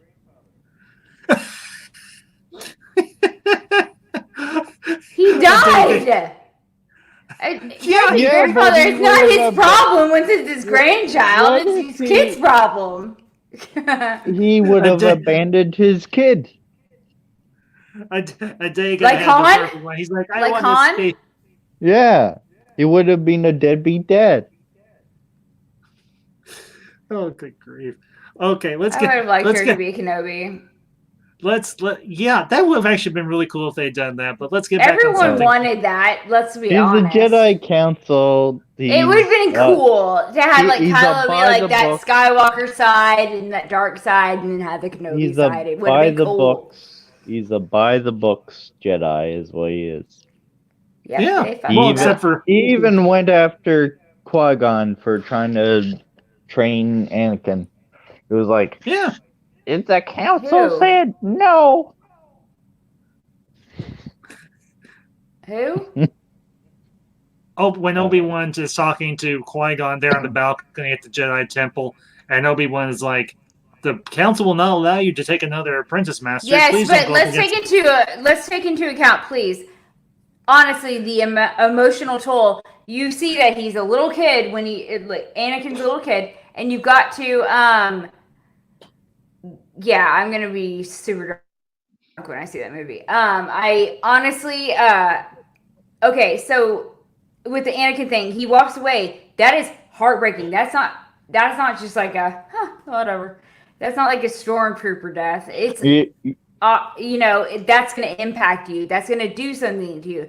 That would make sense for him to go be a hermit on an island, not Luke. But Yeah. I'm saying that he could have a crisis of faith, is what I'm saying. That And- makes and sense. You know what I would do to change And we don't know. episode 1? I would keep the young Anakin scenes. Okay. But maybe but- add some later. No, I would make it as a flashback. Oh, I like that. Not really a flashback per se, but like the first half of the movie is a flashback. And then you jump forward a few years and it's like they're To still make it trying to transition find well, so it's not Yeah. as creepy. Yeah, they're still trying to find the Sith, Darth Maul, and then Mhm. out of nowhere the Sith comes He's out. right in front of you. He's You're talking to right him. in front of them, and they Right still there. Here we have go. He's the been whole here thing. the whole And that time. way, Anakin is older when he gets into the Naboo fighter. Yeah. I do Because think they honestly, should have that- played off puberty, though. That would have been a good play. I Welcome do back, think that Orange. would have been made a whole lot of sense, Thank and you. it could have made a whole lot of drama, and you could have had a lot more opportunity out of that. So Yes, Personally, that's just my way, opinion. That way, it's more believable. I agree. Okay, what Yeah, did I because- miss about what was CJ saying? we were talking about Anakin and Padme, and Anakin being older at the beginning of episode 1 or whatever, and making it more believable for him being a pilot and a mechanic and all these other things, rather than being a little 9-year-old kid that can do Yeah. just about everything right out of the I box. basically said that they should have made it the young Anakin a flashback, so that way they could still have the mother The son transition. type thing. Yes. Yeah. And Qui-Gon discovering Also him as a young kid. Also to make his and- mother's death more impactful, I think. Oh yeah. 'Cause I felt like it was, wasn't though. as much. It It was was, but very I feel like it impactful. could be more, and it should be more. The thing No, is, I what they were agree. going with It was with a the great, Anakin- I it would was a also very impactful change- scene, but I don't remember it as much as others. I would and also should. change Attack of the Clones so there's a little bit more of a development with the relationship between Anakin and Padme. With better dialogue. Yes, with better dialogue. I mean- God, and- we all please. That's an agreement. The dialogue was shitty. I But get honestly, the it was Jedi- so shitty. It was believable. Honestly, that was pretty much that. But that was pretty on point. Listen, I do get the idea that like the Jedi doesn't count painful. teach them how to flirt with Talk to girls. people. Yeah, You're not wrong, Amy. yeah. So That it's was like, dead on. I was like living that experience. I was like, hey, but they I was, gotta like, make sitting it next believable. to that experience. They gotta make it believable, as in, why would Padme even fall for this guy? I don't know of right now. I'm still they never really. The fact that he just helped kind of save was her like planet snap, once upon a boom. time. Yeah, but So And just I barely. mean, he murdered Yeah, children and females. But that was I later don't know. on, right? Oh well, he Yeah. didn't like. Did he confess to like, that to her? He killed the Did you ever boss. know about that? He did. I Yeah. Oh shredded yeah, them yeah, like yeah, yeah. animals. He did. No, Then he did it again, but here's which kind of makes him a serial killer. I'm just gonna say. my take on the whole Anakin You're not wrong. Well, duh. I'm just. thing. And the him Okay, and let's hear Padme. Mhm. It was Mhm. kind of weird for a 14-year-old to kind of be caring or overly caring for a nut. You guys got to remember, this isn't. You can't think of it by Earth psychology. You got to think of it by a completely I agree with different that. galactic or psychology. So, believe me, you think of it from an earthly point of view. Sorry. It is beyond creepy. Yes. Because obviously. one of the lines in episode 1 where she says, "Many things will happen before we reach the capital, Annie, but my caring for you will remain." And he says, "I care for you too, only I." And she recognizes that he misses her mother, or his mother. And Mhm. the thing is, Yeah. this kid is force sensitive. He doesn't know he's force sensitive, but but to him it is instinctual. When he saw her, he felt a connection. When he was pod racing, when he was doing all of his mechanical wonders, it was through the force that he was doing all of this. He was feeling things, he didn't know why. And that is one of the reasons why it is plausible that this That's a kid great was as explanation. powerful as he was. And I can go about it all day, but basically, Thank you actually for putting that in that perspective. I appreciate that. Yeah. I really Orange, like that's that. probably one of the best. I think Because that's I one of the haven't, best. I do forget because they are technically human, and if you look it up, that's their race. They are their species. Sorry, my bad. yes, species. No. Yeah, no, Race, I species, misspoke. yeah. But sorry. But honestly, yeah, thank you for doing that. I like that. I like that look at it because also it's a different culture, and we need to take that into account. And Yeah, thank you very for much so. thank you for that. I appreciate that. I mean, one of the things it's like they say, Padme was the youngest queen ever elected to the Naboo. And again, there's an important word there, elected. She was not royal by birth. She was, or that culture, the Naboo, they elect their hierarchy. But it is a monarchy, so to speak. Yeah. Here's It's the still and that was another thing that was this is interesting. writing the movie. It's still people from Earth writing the movie. And another here's thing the- is that a Well, lot I of people. know. Well, yes, true. But obviously, it has those influences. But you can't say that they didn't go outside the box. But True. here's the interesting And thing another- because And this was their chance to do so. go ahead. That Orange. sounds creepy. Never mind. One of the other things is I hear a lot of people talk about how the dialogue was bad, how Odin has actually was. touched on it, I said it was bad, but it was how realistic. because and whatnot.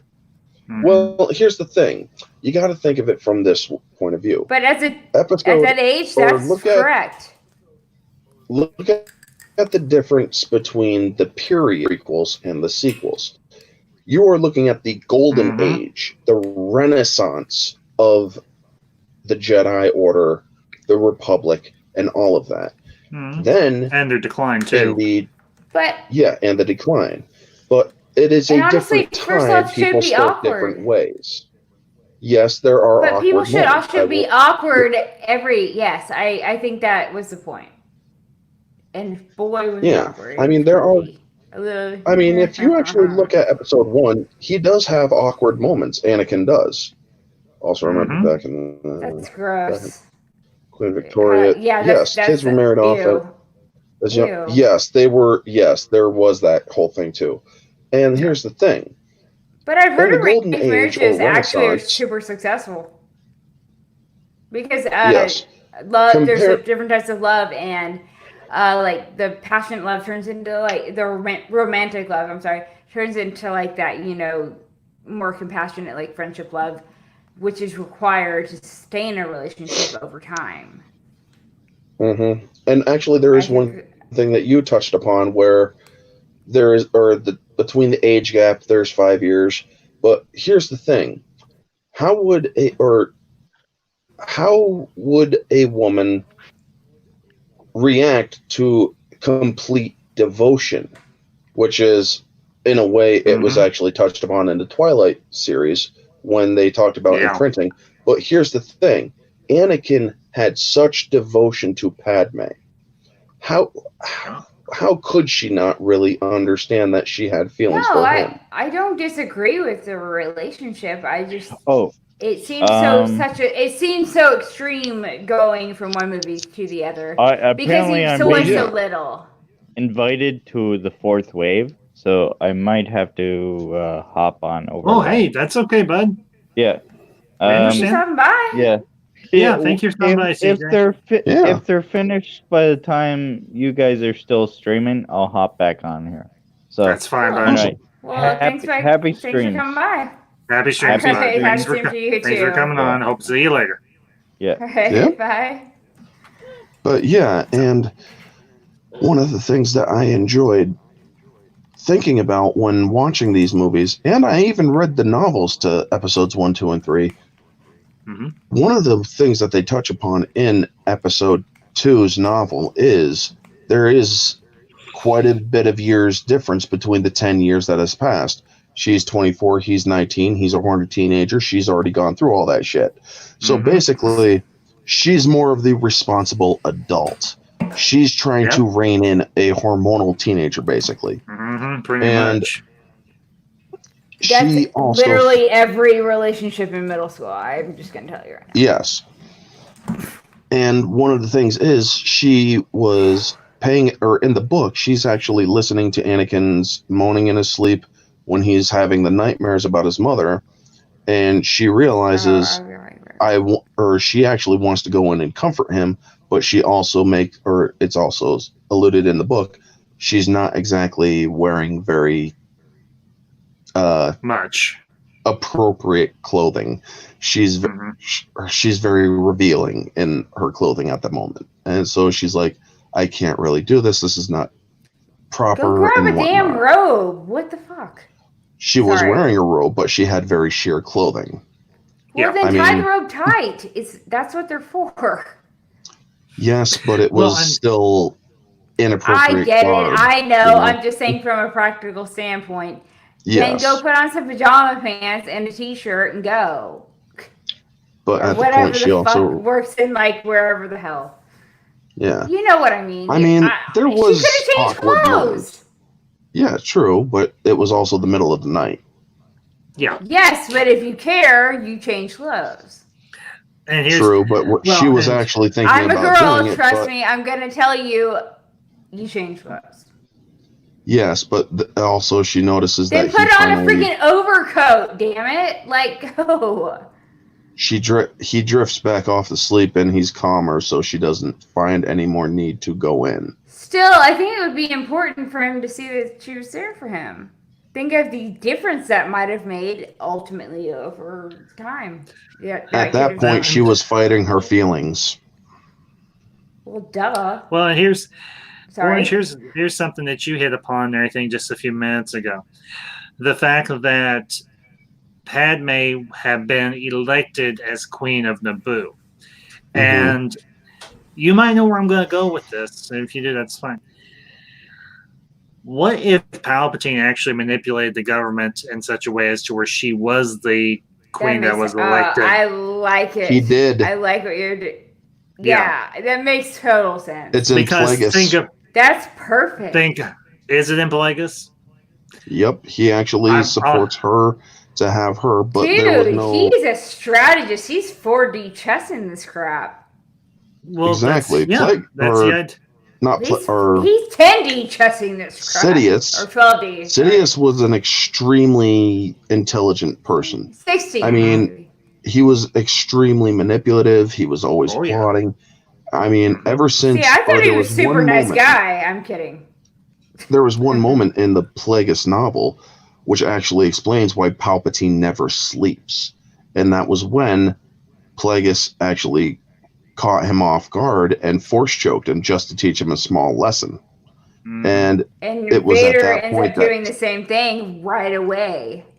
Yes, but Vader never tried doing it to Palpatine. Because he did it back. Well, actually he did, but that's different. The thing is, Palpatine is always...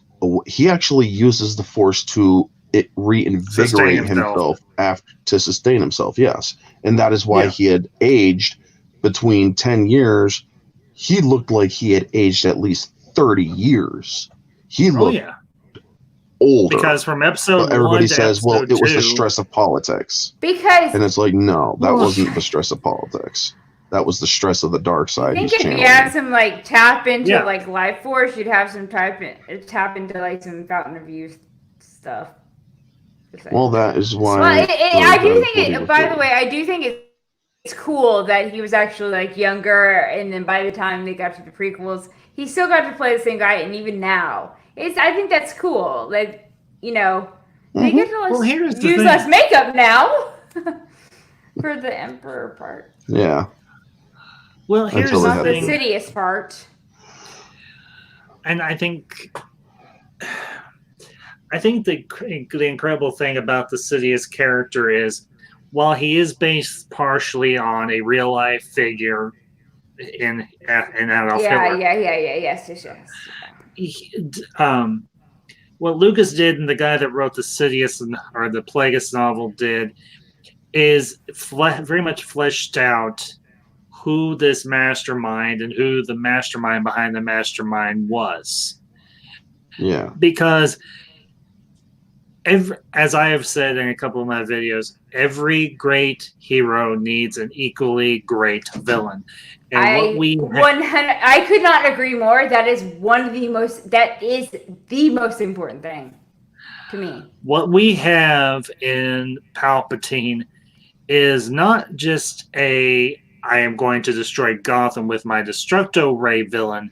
We have a villain who is very intellectual, but who also will, if pushed to it, resort to direct confrontation, but he does not prefer it. He prefers to trap everybody in a position where he has the utmost advantage. And in many ways, he is much like in the comic book iteration of Lex Luthor. Yes, he's also more like Ra's. Actually, I would not say Lex Luthor. I would say more like Ra's al Ghul. Yeah. I agree with. That's correct. Yeah. Yeah, I would agree with that. That's a better pair. Because of the League of Shadows. Wait, right? Yeah, in a way, the League of Shadows, but he was also. It wasn't just so much the League of Shadows. He was manipulating everything behind the scenes, where Lex Luthor, he's a megalomaniac that is insanely rich, but yes, he's also very But you smart. kind of gotta like him. But he never took. If he's played correctly. Yes, if he's played correctly, but Lex Bam. Luthor never really did the whole manipulation behind the scenes things too much. Where Ra's al Ghul, he manipulated governments of the world. He manipulated all sorts of things. So yes, Palpatine was more like a Ra's al Ghul, and also Ra's al Ghul was immortal. Very similar because of the Lazarus Pit crap. Yeah. Yes, Ra's al Ghul was immortal, and that is one thing that Sidious himself and he had wanted and apprentices coveted. as well as Indeed, that hey guys, too. Guys, I gotta step away for just like half a second, and I'll be right back. So keep going. All right. Won't be long. But yeah, he also took on somebody who was an avatar of the light, Batman, and Anakin was an avatar of the light. So I would say. I mean, yeah, he took on Batman, but I mean, I wouldn't say. I know Batman fought for justice, but I wouldn't say he was light. Well, no. He's called the Dark Indeed, Knight. he was. Yes, he was the Dark Knight, but he trained was under basically a Ra's al protector. Ghul, yeah, obviously. That is one iteration where he actually did but train a couple of people have apparently at this point. The original Bruce Wayne. Yes, the original Bruce Wayne comics and stuff. Bruce Wayne went around the world and trained in many different areas. Where in Batman Begins, they had him just train with the League of Shadows and whatnot. They only had so much time. Yeah, but they also wanted to tie it in because Batman or the Dark Knight trilogy was actually meant to be exactly that, a trilogy. But it was beautifully done too. But I love Nolan. I love Nolan's work. I said The Prestige is one of my favorite movies, actually. Mm-hmm. But to get back to Star Wars, it's dueling magicians. Come on, you don't like that. Yeah, but to get back to Star Wars, wait, real fast. I was gonna ask you. Did you ever watch the show Gotham? Yes, I actually did watch the whole thing over the last few months. I actually did like the first few seasons, but when the seasons where Barbara Gordon, I did too, but I did not like the last season as much because it was when they went completely into identity politics. They were doing identity politics heavily into that one, and it's like, Jesus, this is just. I mean, Barbara Gordon before that was amazing. Yeah. Yeah. But I mean, shit. They even did political stuff with the whole Trump thing. We're gonna make Gotham great again. It's like, shut up with that shit, man. Seriously. I mean, there was a lot of political allegory in that show, and it was ridiculous. But they didn't touch on it obsessively. They touched on it. I'm going to say it was subtle enough that I'm just now noticing it when you're pointing it out. But anything before that, because I was going to say Ra's al Ghul was also obviously definitely a big part of that. Like for many, at least 2 seasons. I'm just saying, I thought for one, I grew up, Michael Keaton was my Batman, and he always will be. Same. I'm Batman. I liked his too. Let's go nuts. Yeah. I want them to do a Batman Beyond with him. They're planning it. You know what I'm talking about. I think they're planning it. They are. I would love They're exploring the possibility. And it needs to be Keaton. Don't you dare shove anybody else in that. It has to be Keaton. Yeah, Kevin Conroy would not be a good older Batman. I mean, he would. Well, Kevin Conroy just did it. And it kind of sucked. He didn't do it. He didn't do it very well. He should stick to voice acting because I agree. Yeah, he's a voice actor. Yeah, and there's nothing wrong with that. Stick to what you're good at. And honestly, because nobody knew who he was because he was the voice actor. Yeah. Well, I knew because I had read ahead, but and I knew it was a little bit of what was happening. So because I like to kind of know what's going on because I'm usually the one who's like, what? Obviously. But, I think that like I would love to see that happen, like the high tech, like older Batman, but it has to be Michael Keaton, 100%. Please, Yeah. please make that happen, Warner Brothers, please. Give them Yeah. time; they will. Well, But let's get back to Star Wars with the whole Sidious thing. And it was interesting. We were discussing the parallels where, yes, Ra's al Ghul is immortal, and that is the one thing that Palpatine himself coveted more than anything. He wanted to be immortal. But That's a common theme. That's a common theme. Yes, it was.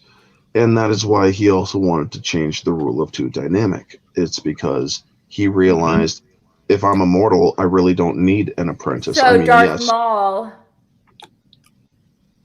Except wasn't that planning to do that. no, Maul was, according to the original lore, he never had any intention to overthrow his master. He was completely So he was kind of the 100% perfect devoted. apprentice. Of a sense, yes, but well, he was more just a shadowy assassin instead of a perfect apprentice. he wasn't a But full-blown I'm saying that he got apprentice. He was killed, a- and then that kind of screwed up things. But Yes, he was an assassin because Plagueis told Sidious, "You do not train him as an Badass apprentice." scene. I'm sorry. But he is useful. I'm sorry, not sorry. I love Yeah. that scene. It's Yeah. badass.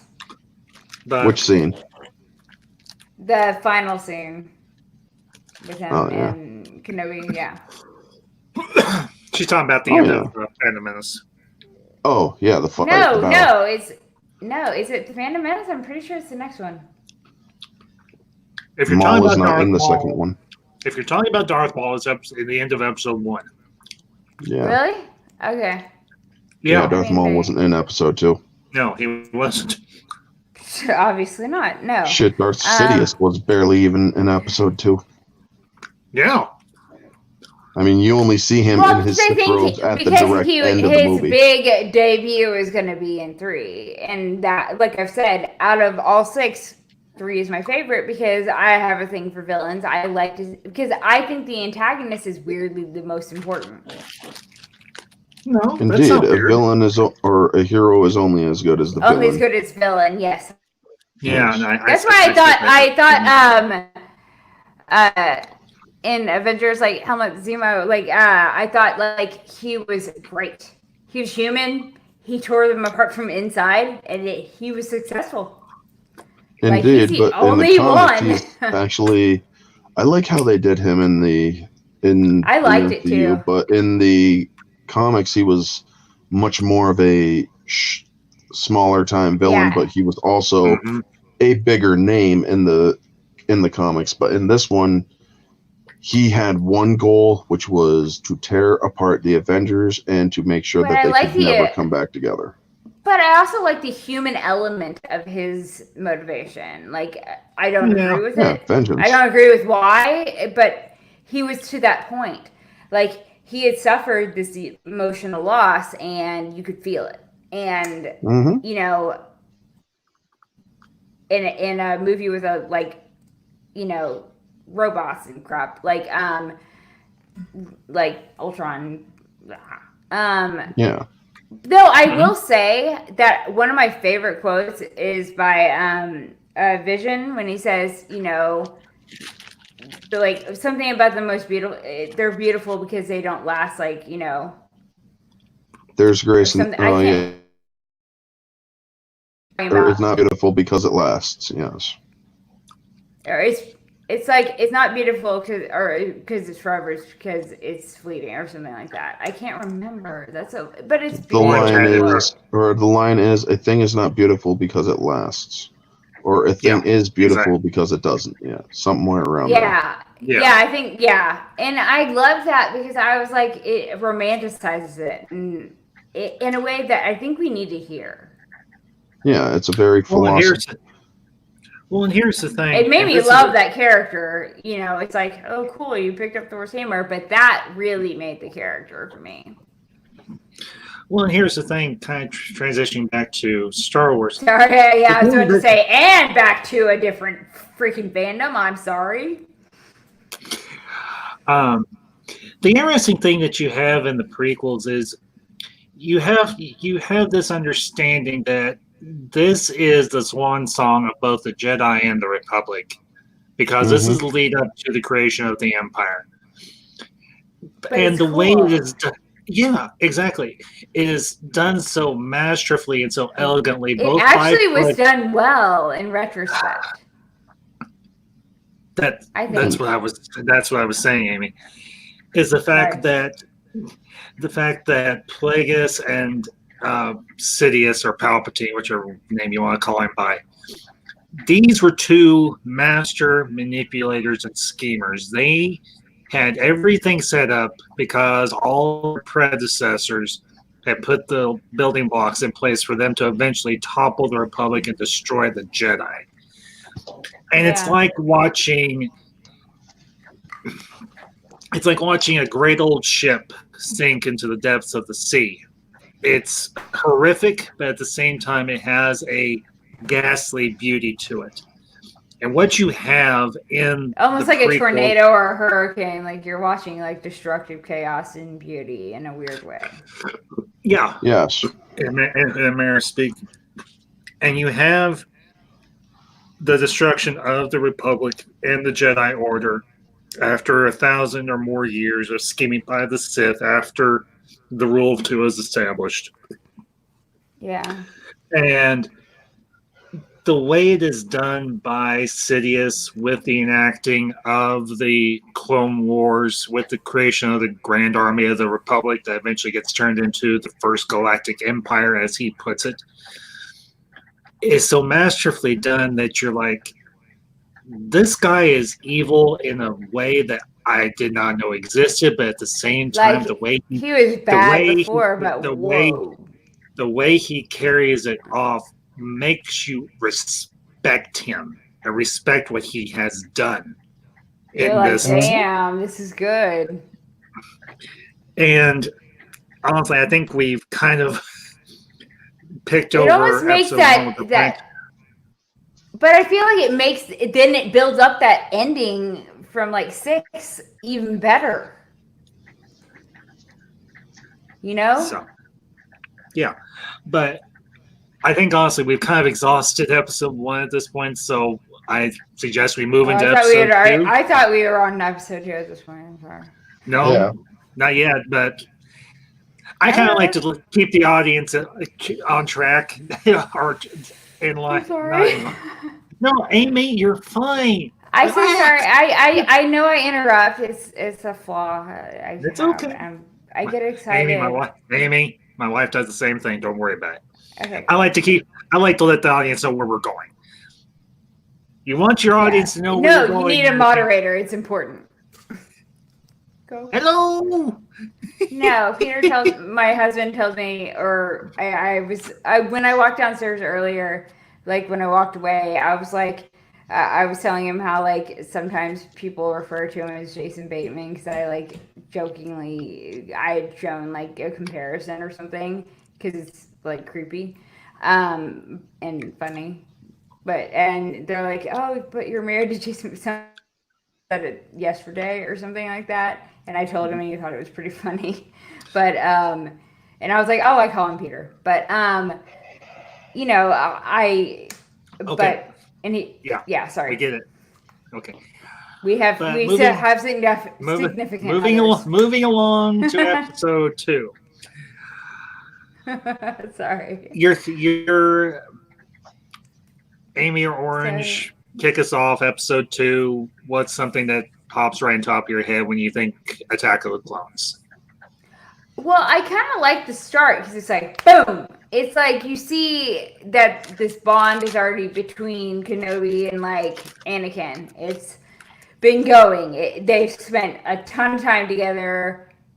He's been training him, and you see this maturity that's already immediately evident in Kenobi. So, yeah, there's that. And they work together really well as a team. You see that immediately. There is some tension there. Well, no, yeah, duh. most teams that work well together also have very good tension at the same time. Oh, I mean, when I say good tension, I mean like good for like movie tension, like personally bad. Mm-hmm. Mm-hmm. Well, we knew there was going to be tension. I mean, there had to be. Well, yeah, because you've got There had to Orange, be a go ahead. start of it. Orange. Go ahead. My It sounded like you. thoughts, my thoughts are where yes, there was the dynamic between Anakin and Obi-Wan, but there was also the brilliant manipulation of Yes. Sidious, I know what you're where Oh yeah. he realized that where he talks about because Darth Plagueis. Yeah. well, no, this was episode And was episode 3. We're in episode 2. The manipulation of Sidious was to put Anakin and Obi-Wan on protection detail for Padme. Mm-hmm. Yeah, and the slug things. And it was actually alluded in the third novel, but it was a brilliant manipulation because he knew that he needed Padme away from Naboo to be away from the Senate because he wanted the Military Creation Act, and she was the biggest opposition of it. Yep. And their only way to get her away was assassination attempts, and to also not just get her away physically, but mentally. So what is the best way? Well, Reintroduce a person from her past that she deeply cared about. And that was Anakin. And what I'm referring to is the scene where they're reacting to that initial threat of assassination. Yeah. But they're working together, which was good. And so you saw they've got this team effort, like this teamwork, and otherwise everyone would have fallen to his death. But they kind of had that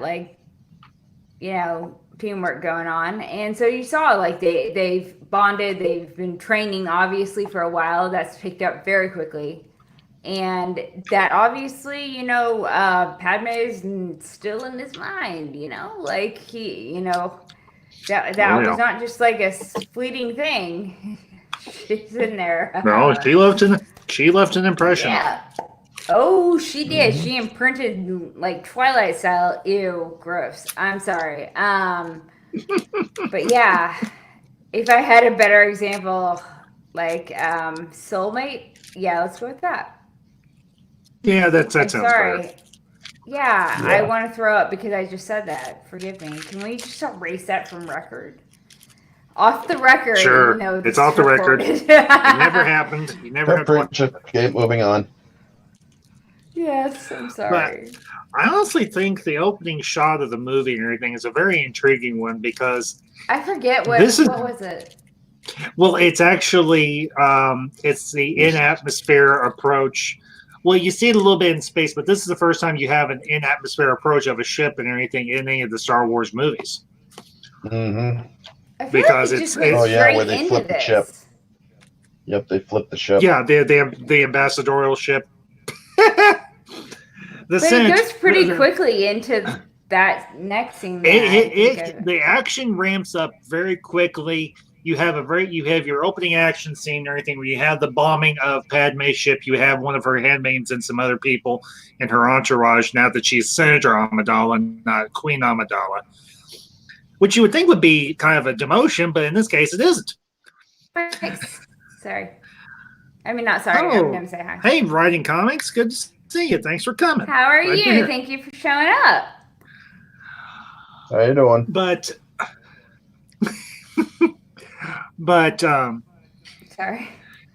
You've got this very intense action scene, right at the start of the movie, and it builds the stakes right off the bat. They don't mess around in this movie.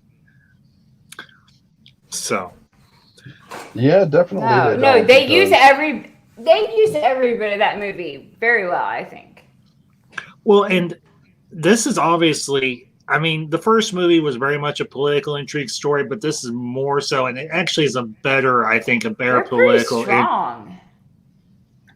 it's a much better and much more relatable political intrigue story compared to episode one. The one in episode one's okay, but this one's a lot better because Well, you've got because I feel like it was geared more towards kids. Like, obviously, it had to be.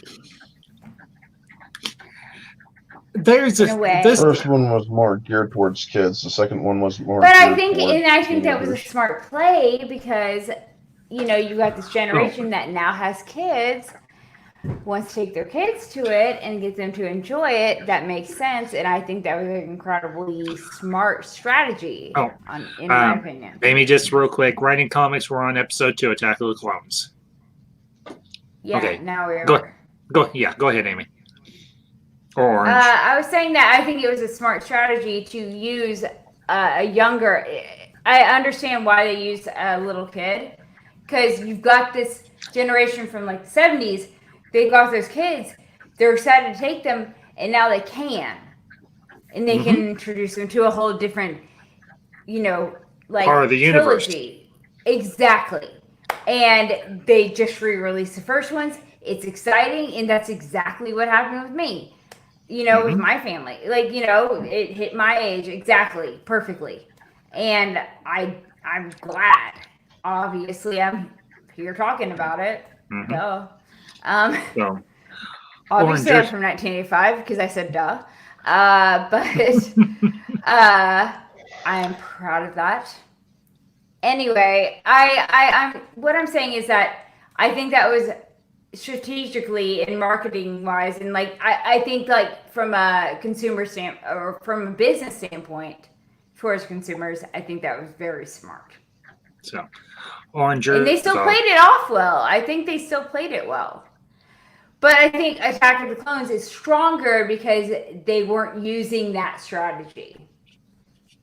It was less ingrained in that. Yeah. So, I think the other interesting aspect of Attack of the Clones is the fact that you have, for the first time, you have your duo Jedi and everything going off on their own separate missions, because you've got Obi-Wan's mission trying to find out who killed Padme, and obviously you've got it's a very much a smaller story in manner of speaking, the story between Anakin and Padme, and Anakin having to act as bodyguard for her. But let me ask you. I think that was a smart plot choice. I think that was a great plot choice. But let me ask you all, including the chat and everything.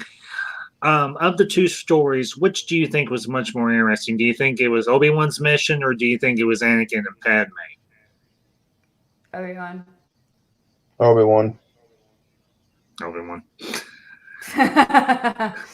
Yeah, I think it's a consensus across the board, Anakin. Go ahead. It made more impact, and it was also more fun to watch and less awkward. I mean, it's understandable that like Anakin. You already knew they were going to end up together. Like, Amy, could you let Orange finish? I'm sorry. It's understandable that Anakin and Padme were the focus because it is Anakin's story. But Obi-Wan was, at that point, I wasn't really into the whole lovey-dovey thing, even though I was a teenager at that time. I was more interested in the detective kind of investigation kind of thing. Yeah. And also, at that time, I was also madly loving Boba Fett and the Mandalorian things. So, yeah. It's like Mandalorians were badass. They were basically the freaking Spartans of a galaxy far, far away, you know? And so it's like anything that, or when they brought in Boba Fett, I'm like, I haven't seen The Mandalorian, just for record. Yeah. Well, I'm not going to spoil anything of that. Oh, thank you. Okay, I just want. I'm talking about. Spoil a movie this was all day long before The Mandalorian. I can't. Yeah, this is long before any of that. Yeah. Thank you. And I was just like. But, Amy, you're okay. Yeah. Sorry, I'm an anxious person. I know. I'll actually be right back. Y'all continue, please. Okay.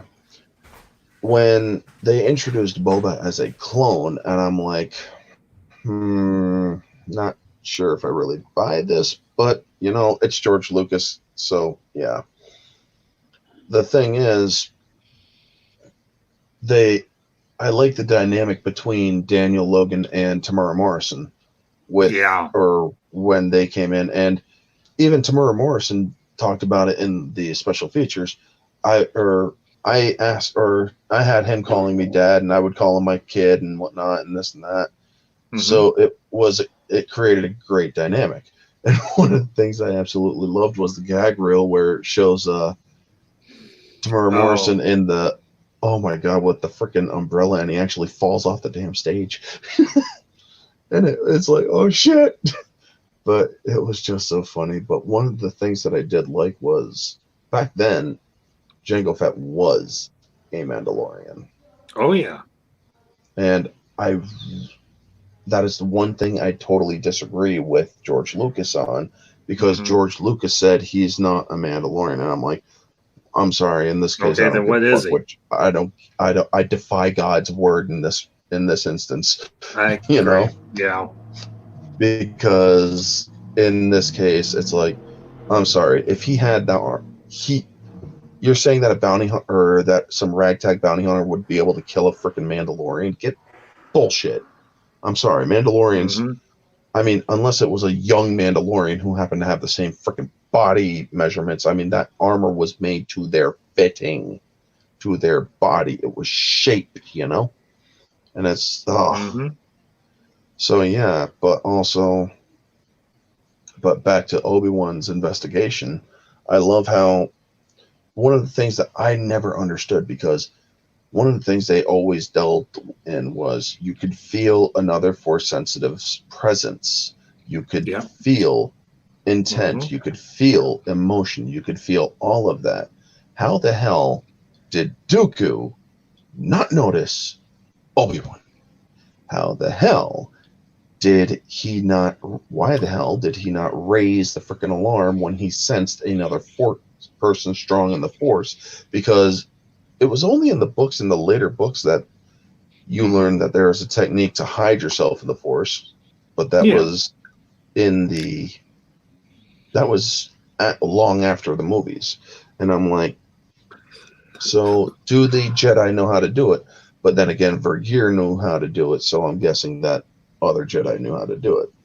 But when I was watching the movies, I wasn't focused on that. I was wondering, well, if they could sense each other, why the hell wouldn't Dooku know that Obi-Wan was there spying on him, I mean, you could also tell if the Force will whisper to you if something is amiss, no matter what side of the spectrum you are on, light or dark. Yeah.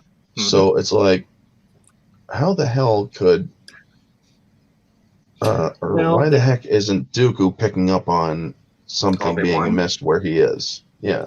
Well, one possible explanation is maybe the fact that he was doing it deliberately, because you have to realize Dooku had to train Qui-Gon at least partway through during his training, and Dooku had a grudging respect for the Jedi, and in particular for Obi-Wan. That's why he gives Obi-Wan the opportunity to join him in the middle of the movie, because he sees very much Obi-Wan as, say, maybe from a grandfatherly perspective, because he feels like Qui-Gon was a son, in a manner of speaking, because because Dooku and Qui-Gon were very much rebels within the Jedi Order.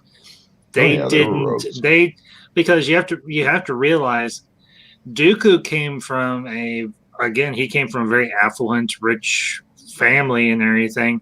He was Count and everything. I know that's kind of a tongue-in-cheek joke and everything because of Christopher Lee's playing Dracula all those years. But the thing is, Count Dooku was in fact a count. He was I think a mid-rim world or something. Sereno. His family, Sereno. He was the Count of Sereno.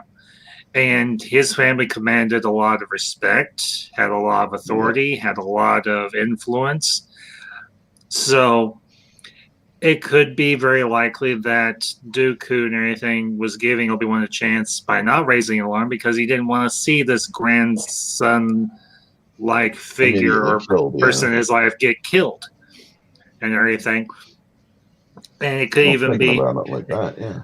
and it could be even further still the fact that Dooku was playing the Geonosians against the Republic because you have to realize Dooku was in on Sidious's scheme, Palpatine's scheme, but I think he had a different angle of his own because I don't remember. There's some EU material during the Clone Wars that that says that Dooku had not fully embraced the Sith, but at the same time, he had become disenfranchised by some of the actions by the Jedi Order, particularly the Jedi Council, when they sent a group of Jedi off to take out another group of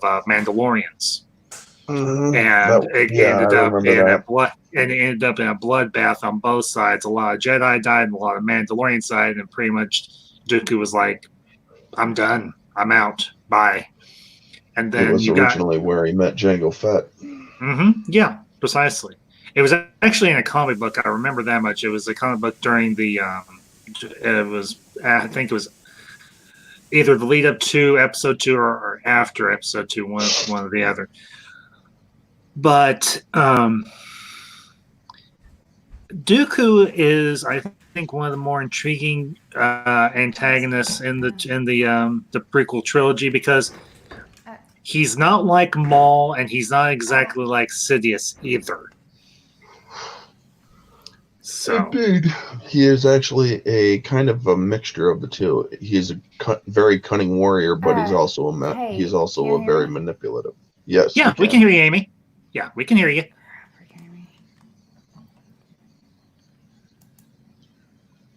I mean, I think that it was brilliantly done when they actually cast Christopher Lee. I mean, they originally wanted Sean Connery, but Sean Connery had already. Honestly, I think Sean Connery.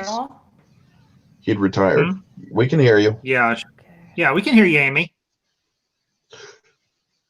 And she's gone. She'll be back. Yeah, she will. But it's a tag glitch. It happens. She'll be back. She must have accidentally hit the leave button, but yeah. There she is. Yeah, there she is. My kids have like a Christmas play tomorrow morning. I gotta go. Okay. It's all right. And yeah, sorry. It's just no, Amy, it's okay. Thank you for being on for as long as you did. We really appreciate it. I've been here. If it were not the day of play, because I need to be there for that. And completely understand. Yeah. I will be very long to get ready. So. Hey, it's okay. Like I told you before, family comes first. Absolutely. So I will be doing if you want to plug your channel real quick before you. Oh yeah. It's because I have like my own little personal now. Yeah, it's a really cool logo, folks. That's so really neat. Oh, well, I don't know which one I've gone with yet. Wait, I think I'm going to the more personal one. I'm not sure. Anyway, go ahead. But plug your channel. Either one's okay, but great. I mean, good. Yeah. Okay. Anyway, I don't know what my channel is about. It's just like basically whatever you've seen tonight. So if you liked that, cool. You can. You can find her on Twitter at Amy1Kenobi. This is one awesome lady. She is over 100 subscribers, I understand. Is that correct? It's like 114. Hey, right on. Yeah. Good job. Yeah. Which is insane kid. to me. I don't know. They must be lost. I'm sorry. It's very humbling and I'm very grateful. I'm very grateful. You know, sincerely. This is one. Don't leave. Is one humble. This is one humble lady right here, folks. So if you have not subscribed to Amy, go subscribe and by all means follow her on Twitter. She puts up good stuff. So Oh, I try. thanks for I try. just real quick, Amy, I will be doing another live stream on Friday, and I will be doing one probably cool. late. I'll probably be doing one late on Saturday. Awesome. Anything. I'm free. So, I will be okay. packing and trying to avoid packing, so that's great. Writing comics, it's just at Amy1Kenobi. And my channel is just YouTube/Amy1Kenobi. Yeah. Like all one word. Yeah. So, That's Amy. so much nicer than the like random scramble of like numbers and asterisks and like weird ass crap. You know? It's a nice change. I'm like, what's your website? No, I have no idea. Like,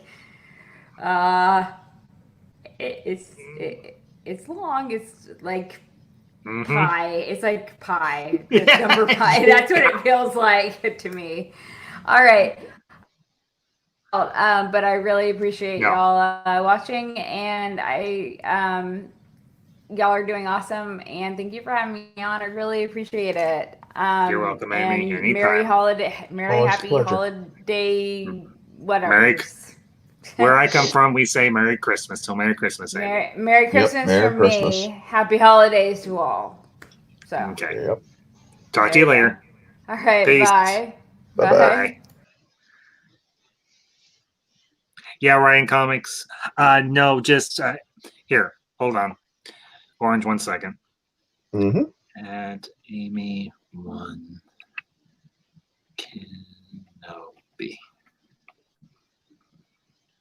There we go. Okay. Getting back. Oh, We were talking we about. were talking about Dooku. Yeah. Yep. So, I think the dynamic of Dooku and everything is, and the fact that they got Christopher Lee, because Christopher Lee, he said himself and everything, he could not do the legwork for the fighting and everything in the movies or anything. He still had the movement in his arms and his upper body and everything. And they had to bring a stunt double in and everything, and they digitally imposed Digital face replacement. Digital face replacement, but it was for long shots, so it was you couldn't pick up on it as well. But I think even though that was the case, I think Lee very much commanded a room. Even though he was in some of those scenes, he was talking to nothing. Essentially, Exactly. he was talking to thin air. Yoda. Yep. Well, when it was Yoda, and also in that one council scene when he was meeting with all the other leaders of the separatists. Oh yeah. And everything. But the fact that even though that was the case, he commanded every scene that he was in, even when he was in that prison cell with Obi-Wan. Mm-hmm. You knew who was in control. You knew who was in control. He was a very Dooku. commanding presence. Oh He yeah. has a very commanding presence, and Christopher Lee is at that time, and even still, he's a very legendary actor. I mean, the guy. He said in the special features, "I have done more sword fights on celluloid than most likely anybody alive today." And probably. He's not wrong. He is not wrong. I mean, he's also a fencer. One of the things that I liked in he was a spy during World War II. I mean, you talk about a man who has been everywhere. He was in the SAS. Yeah, he was in the Special Air Service. I mean, this guy has done a lot of stuff. I mean, I could tell you story, or if we ever do a Lord of the Rings stream, I could actually talk to you about that more. We may at some point. Writing comics, thank you for subscribing to Amy. I'm sure she appreciates it. And yes, Sir Christopher Lee, the late Sir Christopher Lee, he was also a metal singer. Yep. Yeah. He was also in a metal band. I heard about that and everything. I actually saw a couple of the videos. And I'm like, okay, that's a side of Christopher Lee I never Bloody thought Verdict of Verdun? Yeah, I think so. Because my favorite song from him, or that he's in. It's like, oh my gosh, man, that is just awesome. But you know, and that's the great thing about the Star Wars movies is you've got peppered out throughout all 6 films, because we do not speak of the Disney trilogy here. You No, we have don't. got some very good classically trained British actors. Obviously you had Alec Guinness. You had Yep, Peter Cushing. You had Peter Cushing. You had a lot of the officers in the Empire, a lot of the Imperial officers who were classic British actors. And, of course, David Prowse. Of course, he's not British. He's Scottish. But at the same time, I won't lie. I would love to see the cut of the film where they had not put James Earl Jones's voice in yet, and seen just how comedic or how threatening Vader would have sounded with a thick Scottish accent. It wasn't a Scottish accent. It was a I thought it was Scottish. German accent. I thought David Prowse was Prowse Scottish. is German. Prowse is German. Oh, okay. But yeah, if you watch the documentary Empire of Dreams, you'll actually hear him hear him. I have it. Yeah. Tear the ship apart until you find those tapes, and bring me the passengers. I want them alive. It's like, holy shit, yes, Monfire. Yeah. It's like, holy shit, dude, you are sounding Yeah, a lot like a Nazi. Actually, this is saying he's British, because I'm looking up on Wikipedia. He's from Bristol, England. Oh, well, who was the person that played or that was in the suit? Was it David Prowse in the first one? No, David Prowse was in all 3. Sebastian Shaw was the guy that played Anakin at the end of Return of the Jedi. Now, he might be German, but David Prowse... Yeah, Prowse was a bodybuilder, wasn't he? Yeah, he was I've got it here on Wikipedia. Here, let me do a screen share real quick. Well, anyway, whichever one, it's like his voice when they did the dub was pretty freaking interesting. I want them alive. It's like, holy shit. Yeah. Yeah. Now there it is. He was born, let's see, 1935. He died at the age of 84. The years he was active from 1950 to 2017. Has 3 kids. But yeah. What year did he die? 2017, so just 2 years ago. Oh shit. Oh my god, that's right. I heard about that. I think I heard about that when I was yeah, because remember Carrie Fisher died in 2016. He died in 17, and we just I don't like to use this terminology, but we just lost Peter Mayhew a couple of years a year or so ago. We lost him last year. Yeah. No, wait, we lost him this year. Did we? I think we lost him this year, yeah. Mayhew died this year. You might be right. Yeah, I think he died at the beginning of the year, actually. I mean, almost the entire freaking cast, original cast, except for Anthony Daniels, Harrison Ford, Mark Hamill, and Billy D. Williams. And Billy D, yeah, those are the only 3 that are, or 4 that are still alive. Yeah, because Kenny Baker's gone. Obviously, Carrie Fisher's gone. Alec Guinness. Kenny Baker was a freaking funny guy, dude. He was, but here's the sad thing, and I know we're kind of getting off topic here, but from what I hear, Daniels and Baker did not get along, because Baker was very approachable, very fan-oriented, whereas Daniels wasn't, and that also kind of sucked, because Baker and everything wanted the opportunity for the fans to have their moment with him and Daniels, and Daniels wanted nothing to do with it because, well, Daniels is kind of a snob. Yeah, and that's what I've heard. Oh yeah, I've heard it from another YouTuber. His name's Mark Krell. He's on with Rosetta Allen a lot, and he actually, Anthony Daniels. He's kind of like a primpy he's kind of like a snobby British. Snobby British guy. Yeah. Yeah, he's like, dude, your claim to fame is you play a gold butler. a gold-plated butler. You may do stage acting or whatever, that's fine, but your claim to fame is you played a gold-plated butler. The least you can do is, I'm not saying that he is owned by the fans, far from it. He is his own person and everything, but you don't have to be a pompous jerk about it. Exactly. So, and when you're at a freaking convention, you're gonna have to expect people to want to take their pictures with you. You know. Yeah. Well, and I don't know if you probably saw. So Writing. I don't know if you remember the video that they did for Carrie Fisher after she died and everything, and they actually they show her kissing a fan on the lips as he's trying to take a selfie.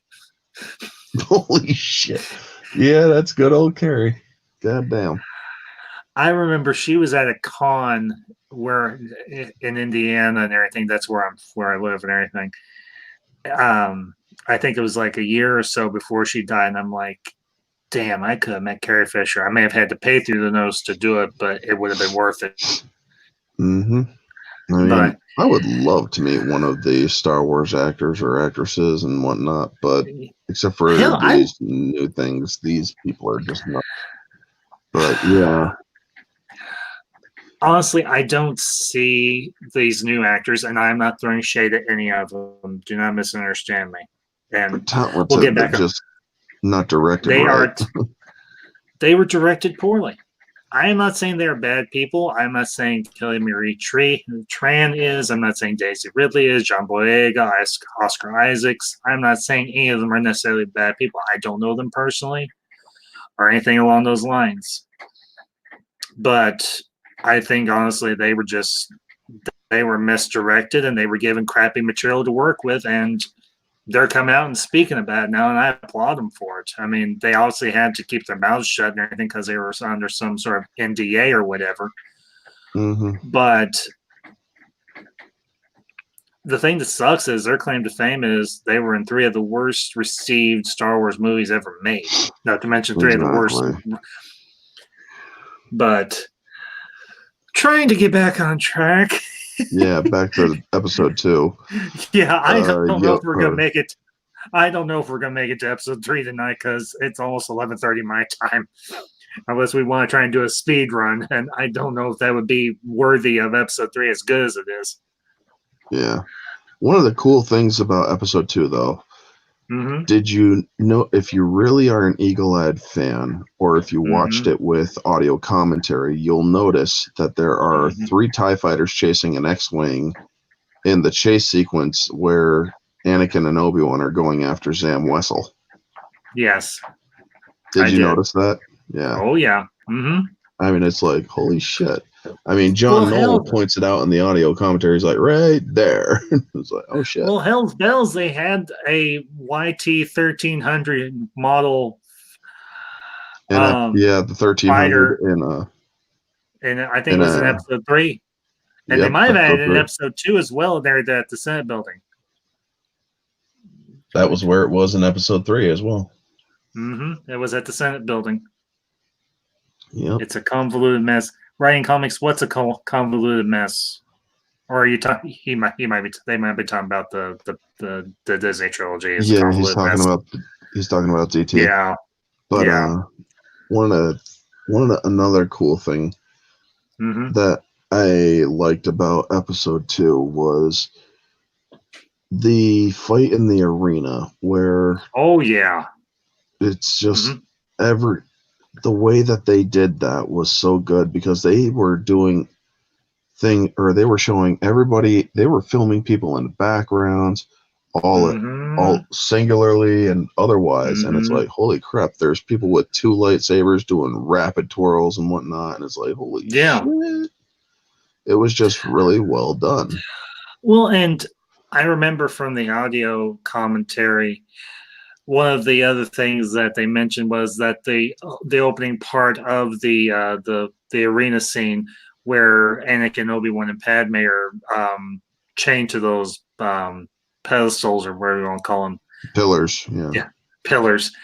And they have those creatures coming out as an homage to the old Ray Harryhausen creature features that they did back in the day, and not to mention the stuff that George Lucas grew up watching, like with Buck Rogers and Flash Gordon, all like that, where you would have the Mhm. hero or heroes in some sort of life or death situation, and they figure out some way to get out of it.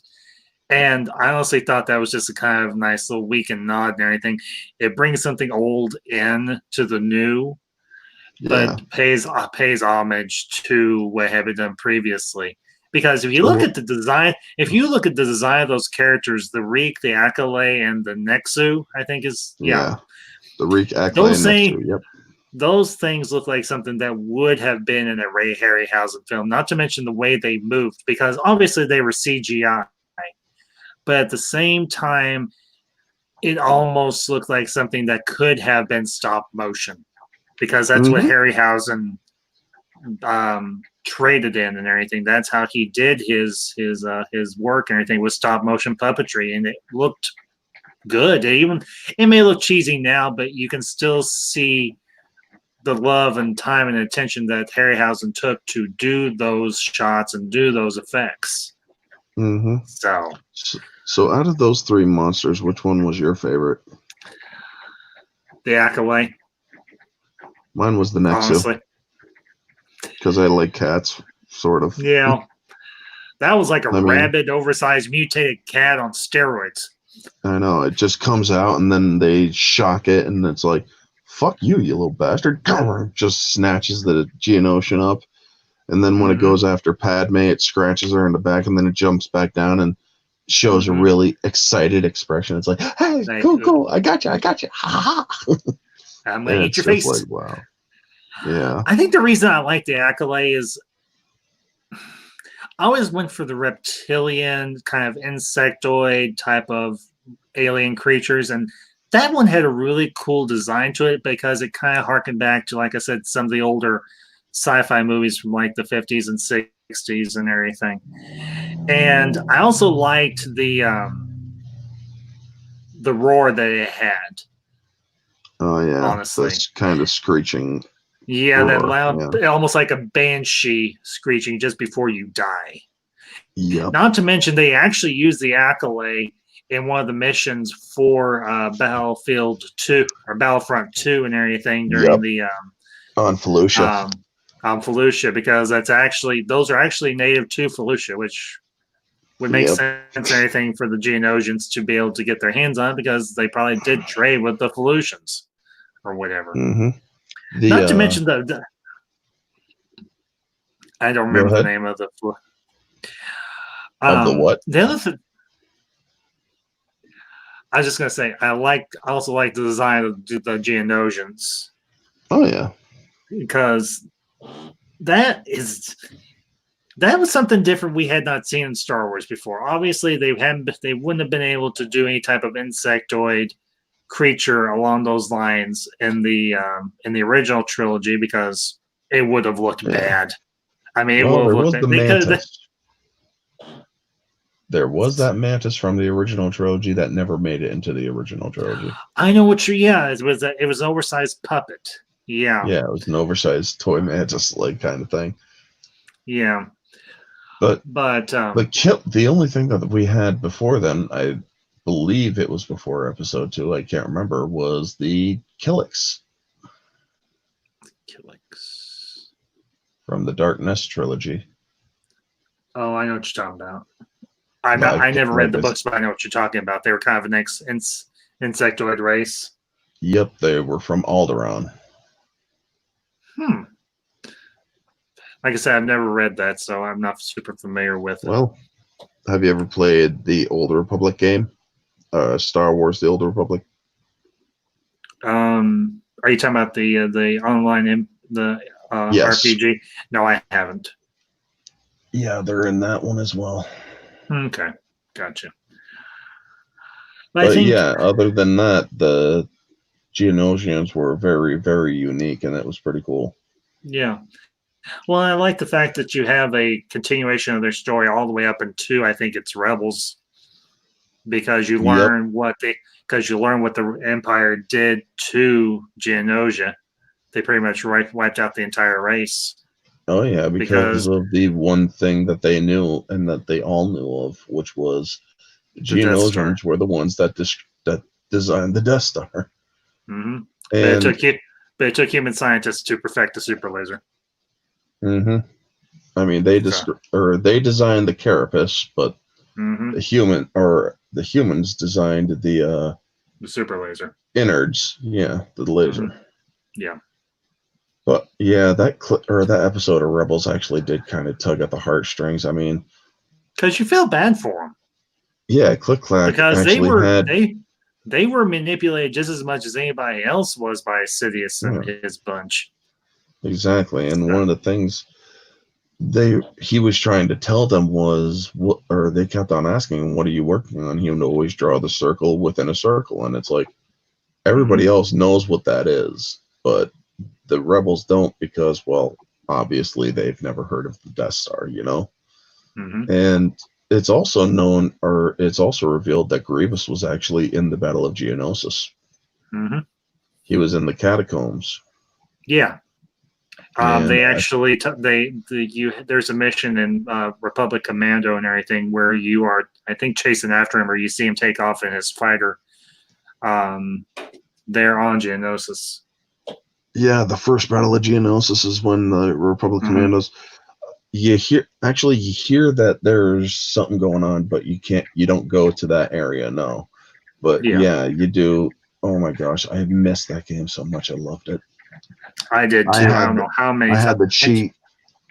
I had the cheat where you could automatically reload your ammo. It would automatically top you off. And honestly, I think one of the really cool things that came out of the prequels was some of the games, particularly with the first Battlefront, because you had the map for Geonosis, and you also had an early map of Kashyyyk, because they had not perfected the design of how Kashyyyk was going to look in episode 3, but the map was still cool, and you still got a good idea of what they were going to do, because it was a beachfront, it was fortified to an extent, and I loved the heck out of that map. I would always use a sniper for that map. I know, because right? Oh my god, a cloned sniper and everything. I would just sit there and pick off those stupid battle droids. The one thing I hated about that map was you had the crosswalks and everything, and you had the sections of the crosswalks and everything where the droids could hide underneath it, and you couldn't get a clean shot. And everything. Well, that's when you get, or that's when you have the, or you call in a freaking orbital bombardment. Yeah, exactly. I mean, I always, oh my gosh, when I was playing that game, I was actually playing online with a few friends, and they're like, it was like 4 against 1, and I'm like, you guys aren't going to win. If you come after me, if you come down those ramps, you try coming after me, you're going to die before you get up the ramp. And they're like, yeah, right. And I just called in an orbital strike and took them all out, and it's like, I win. Ryan Comics, thank you for joining us. See you later, bud. Thank you for being here. Take it easy, man.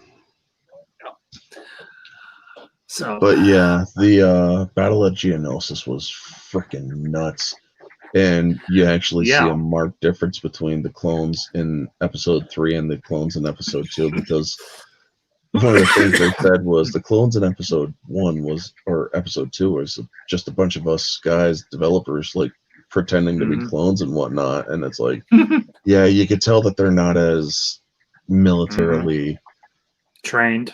And in episode 2 or 3, you actually had people that were like Navy SEALs training these guys. Yeah, it's like nice. Exactly. I think honestly the other really neat thing about something that came out of the prequels is you had all these comics and you had all these other books that people were starting to develop and write and everything, and it just fleshed out the world so much more. And not to mention, obviously, not so much the movie, but the Clone Wars TV show. Now I know a lot of people say that it took a little while for it to pick up steam, but once it picked up steam, it went 90 miles an hour down that highway, and you just held on for dear life. Bat out of hell. Exactly. Yeah. And it's like, holy shit. honestly, I think the way that they did the Clone Wars cartoon and everything was a very intriguing way of how they formatted it, because you would occasionally have just a couple of side missions, but often than not, you had 2 or 3 or 4 part story arcs and everything that were major battles or whatever within the Clone Wars, and these often took place. You had several per season, and that was what made that's what built the relationship between Anakin and Obi-Wan, and Anakin and Ahsoka. You cannot leave out Ahsoka. I know she starts off as very annoying, but once she gets into like towards the tail end of season 2, going to season 3 and onward, she really becomes a likable and endearing character, and you really do feel for her, and you feel for everybody that's going through this horrific conflict. And it also builds on the personality and the relationships of the clones to the Jedi. And one thing that I think was very interesting is the fact that of all the Jedi, Ahsoka and Anakin were the only 2 that really took the time to build any type of personal relationship with the clones that they worked with, or just the clones in general. All the other Jedi just treated them like soldiers or whatever, or grunts. Even Obi-Wan, and I'm not throwing Obi-Wan's not a bad guy, but he did not try. He didn't, even with Commander Cody, which was the one clone commander that he worked with more often than not. He didn't. He respected them, but he didn't try and build any type of relationship with them. Exactly. So, but then of course you've got. Go ahead. I liked Captain Rex and whatnot. Yeah, Rex. One of the things I didn't like in Rebels was how they portrayed Gregor, because Gregor was a Republic commando, and they made him like very insane, kind of, and quirky in Rebels, and I'm like, that is not the Gregor I know, man. I mean, you only saw Gregor in like 2 episodes of the Clone Wars, and they make him like he's some sort of really established character in Rebels, and I'm like, you only saw him like twice. I mean, Wolf I can understand, and Rex I can understand, but I would have like possibly done, no, maybe not Cody, because Cody, well, he followed through with Order 66, as we all know. But and the other thing you have to remember is those 3 clones in particular removed the organic chips that were implanted in them. Everybody, all the other clones did not. Yeah. I mean, I absolutely hate how 5s ended up being taken out, and it's like, that's just not right, man. I know some people don't care for that particular arc, but honestly, I like that arc because it gives weight to episode 3. It gives weight, and it gives some stakes and everything to what Palpatine is carrying out. And I know they couldn't actually have gone through with a possible end conclusion to that story, where the Jedi and the Republic find out what has happened with these organic chips that have been implanted in the clones' heads. But at the same time, it builds some additional intrigue. It actually puts Sidious Palpatine on edge, and I think honestly that's not necessarily a bad thing. Yeah, it goes to show you that he can actually be scared in a way. It's like, oh shit, my plans could fall apart if this happens, you know? Well, not to mention it ties up some story plots and everything, or some plot lines that I think some people were interested in hearing about particular with Sifo Dyas, the Jedi Master that commissioned the clone army and all that. And I think honestly that was a storyline that was not wasteful. It was not filler. It does help you understand what the world was like before you came into it, and what some Jedi were doing on behalf of the Jedi Order and the Republic. Because obviously this Sifo Dyas guy, he saw the danger, and he was going to do what he could to try and prevented. Unfortunately, his good intentions were twisted around by Plagueis and Sidious. And Dooku. Because Yeah, and was the Dooku. one that killed him. Yeah. Or had him killed. But yeah, one of the things that I liked about it was it shows or Dooku or you know who or everybody knows who Ventress is, right? But have Yeah, you ever Sarge heard of Ventress. Have you ever heard of Kamari Vosa? I want to say the name sounds familiar, but I don't know who it is per se. She was in the Bounty Hunter or the Jango Fett Bounty Hunter game. And it's Okay. her lightsabers that is given to Ventress, believe it or not. Okay. And I thought that was a good tie-in too. Okay. But it also, and one of the cool things about it was, she was a Jedi that kind of fell to the dark side because she fell into or in with the Bando Gora, which kind of turned her insane. And that's how, or it explains how Django meets Dooku for the first time. Yeah. Okay. But yeah. I mean, episode 2 was a very good movie, but yeah, we're definitely gonna have to do another stream to cover episode 3 because episode 3 is There's a way lot. Yeah. We may have to do that Friday night if you want to be on again. Well, Friday night I might. It depends on what I have going because I'm seeing. Wait. Tonight's Wednesday, so tomorrow I'm seeing episode 9. So yeah, I might be open on Friday night. Well, it'll be later in the evening too, so maybe around the same time as tonight. So 10 o'clock my time. Yep, I'm on East Coast. I'm on Central, so yeah, you're an hour ahead of me. So yeah. Okay.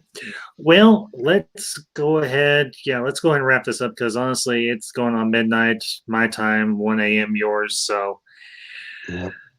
If you want to give your channel a plug real quick, and then we'll wrap this up. All right, my channel's Orange Hat Reviews. I'm on Twitter as well. If you guys ever want to follow me, it's orange without the A for the at symbol thing, and Hat Reviews. And I do movie reviews, show reviews, and I do movie news and entertainment news. Basically, I cover the stuff that is not really covered by everything else. I cover all the controversial stuff too. So yeah, give me a like, give me a subscribe. I'm trying to reach 300 before the year's out. Excellent. Yep. And for everybody on here, you know what I do. For those of you who don't, I cover pop culture of the 80s and 90s, including Star Wars and everything else under the sun. Well, not literally everything under the sun, but as my intro says, 80s, 90s pop culture and beyond. Well, this is the beyond right here. And you can follow me on Twitter at Rogue, ROUGE, 5778. So to all of our guests, to all my guests, to everybody in the chat, thank you for being here. And until next time, this is the Ambassador signing off. Take it easy.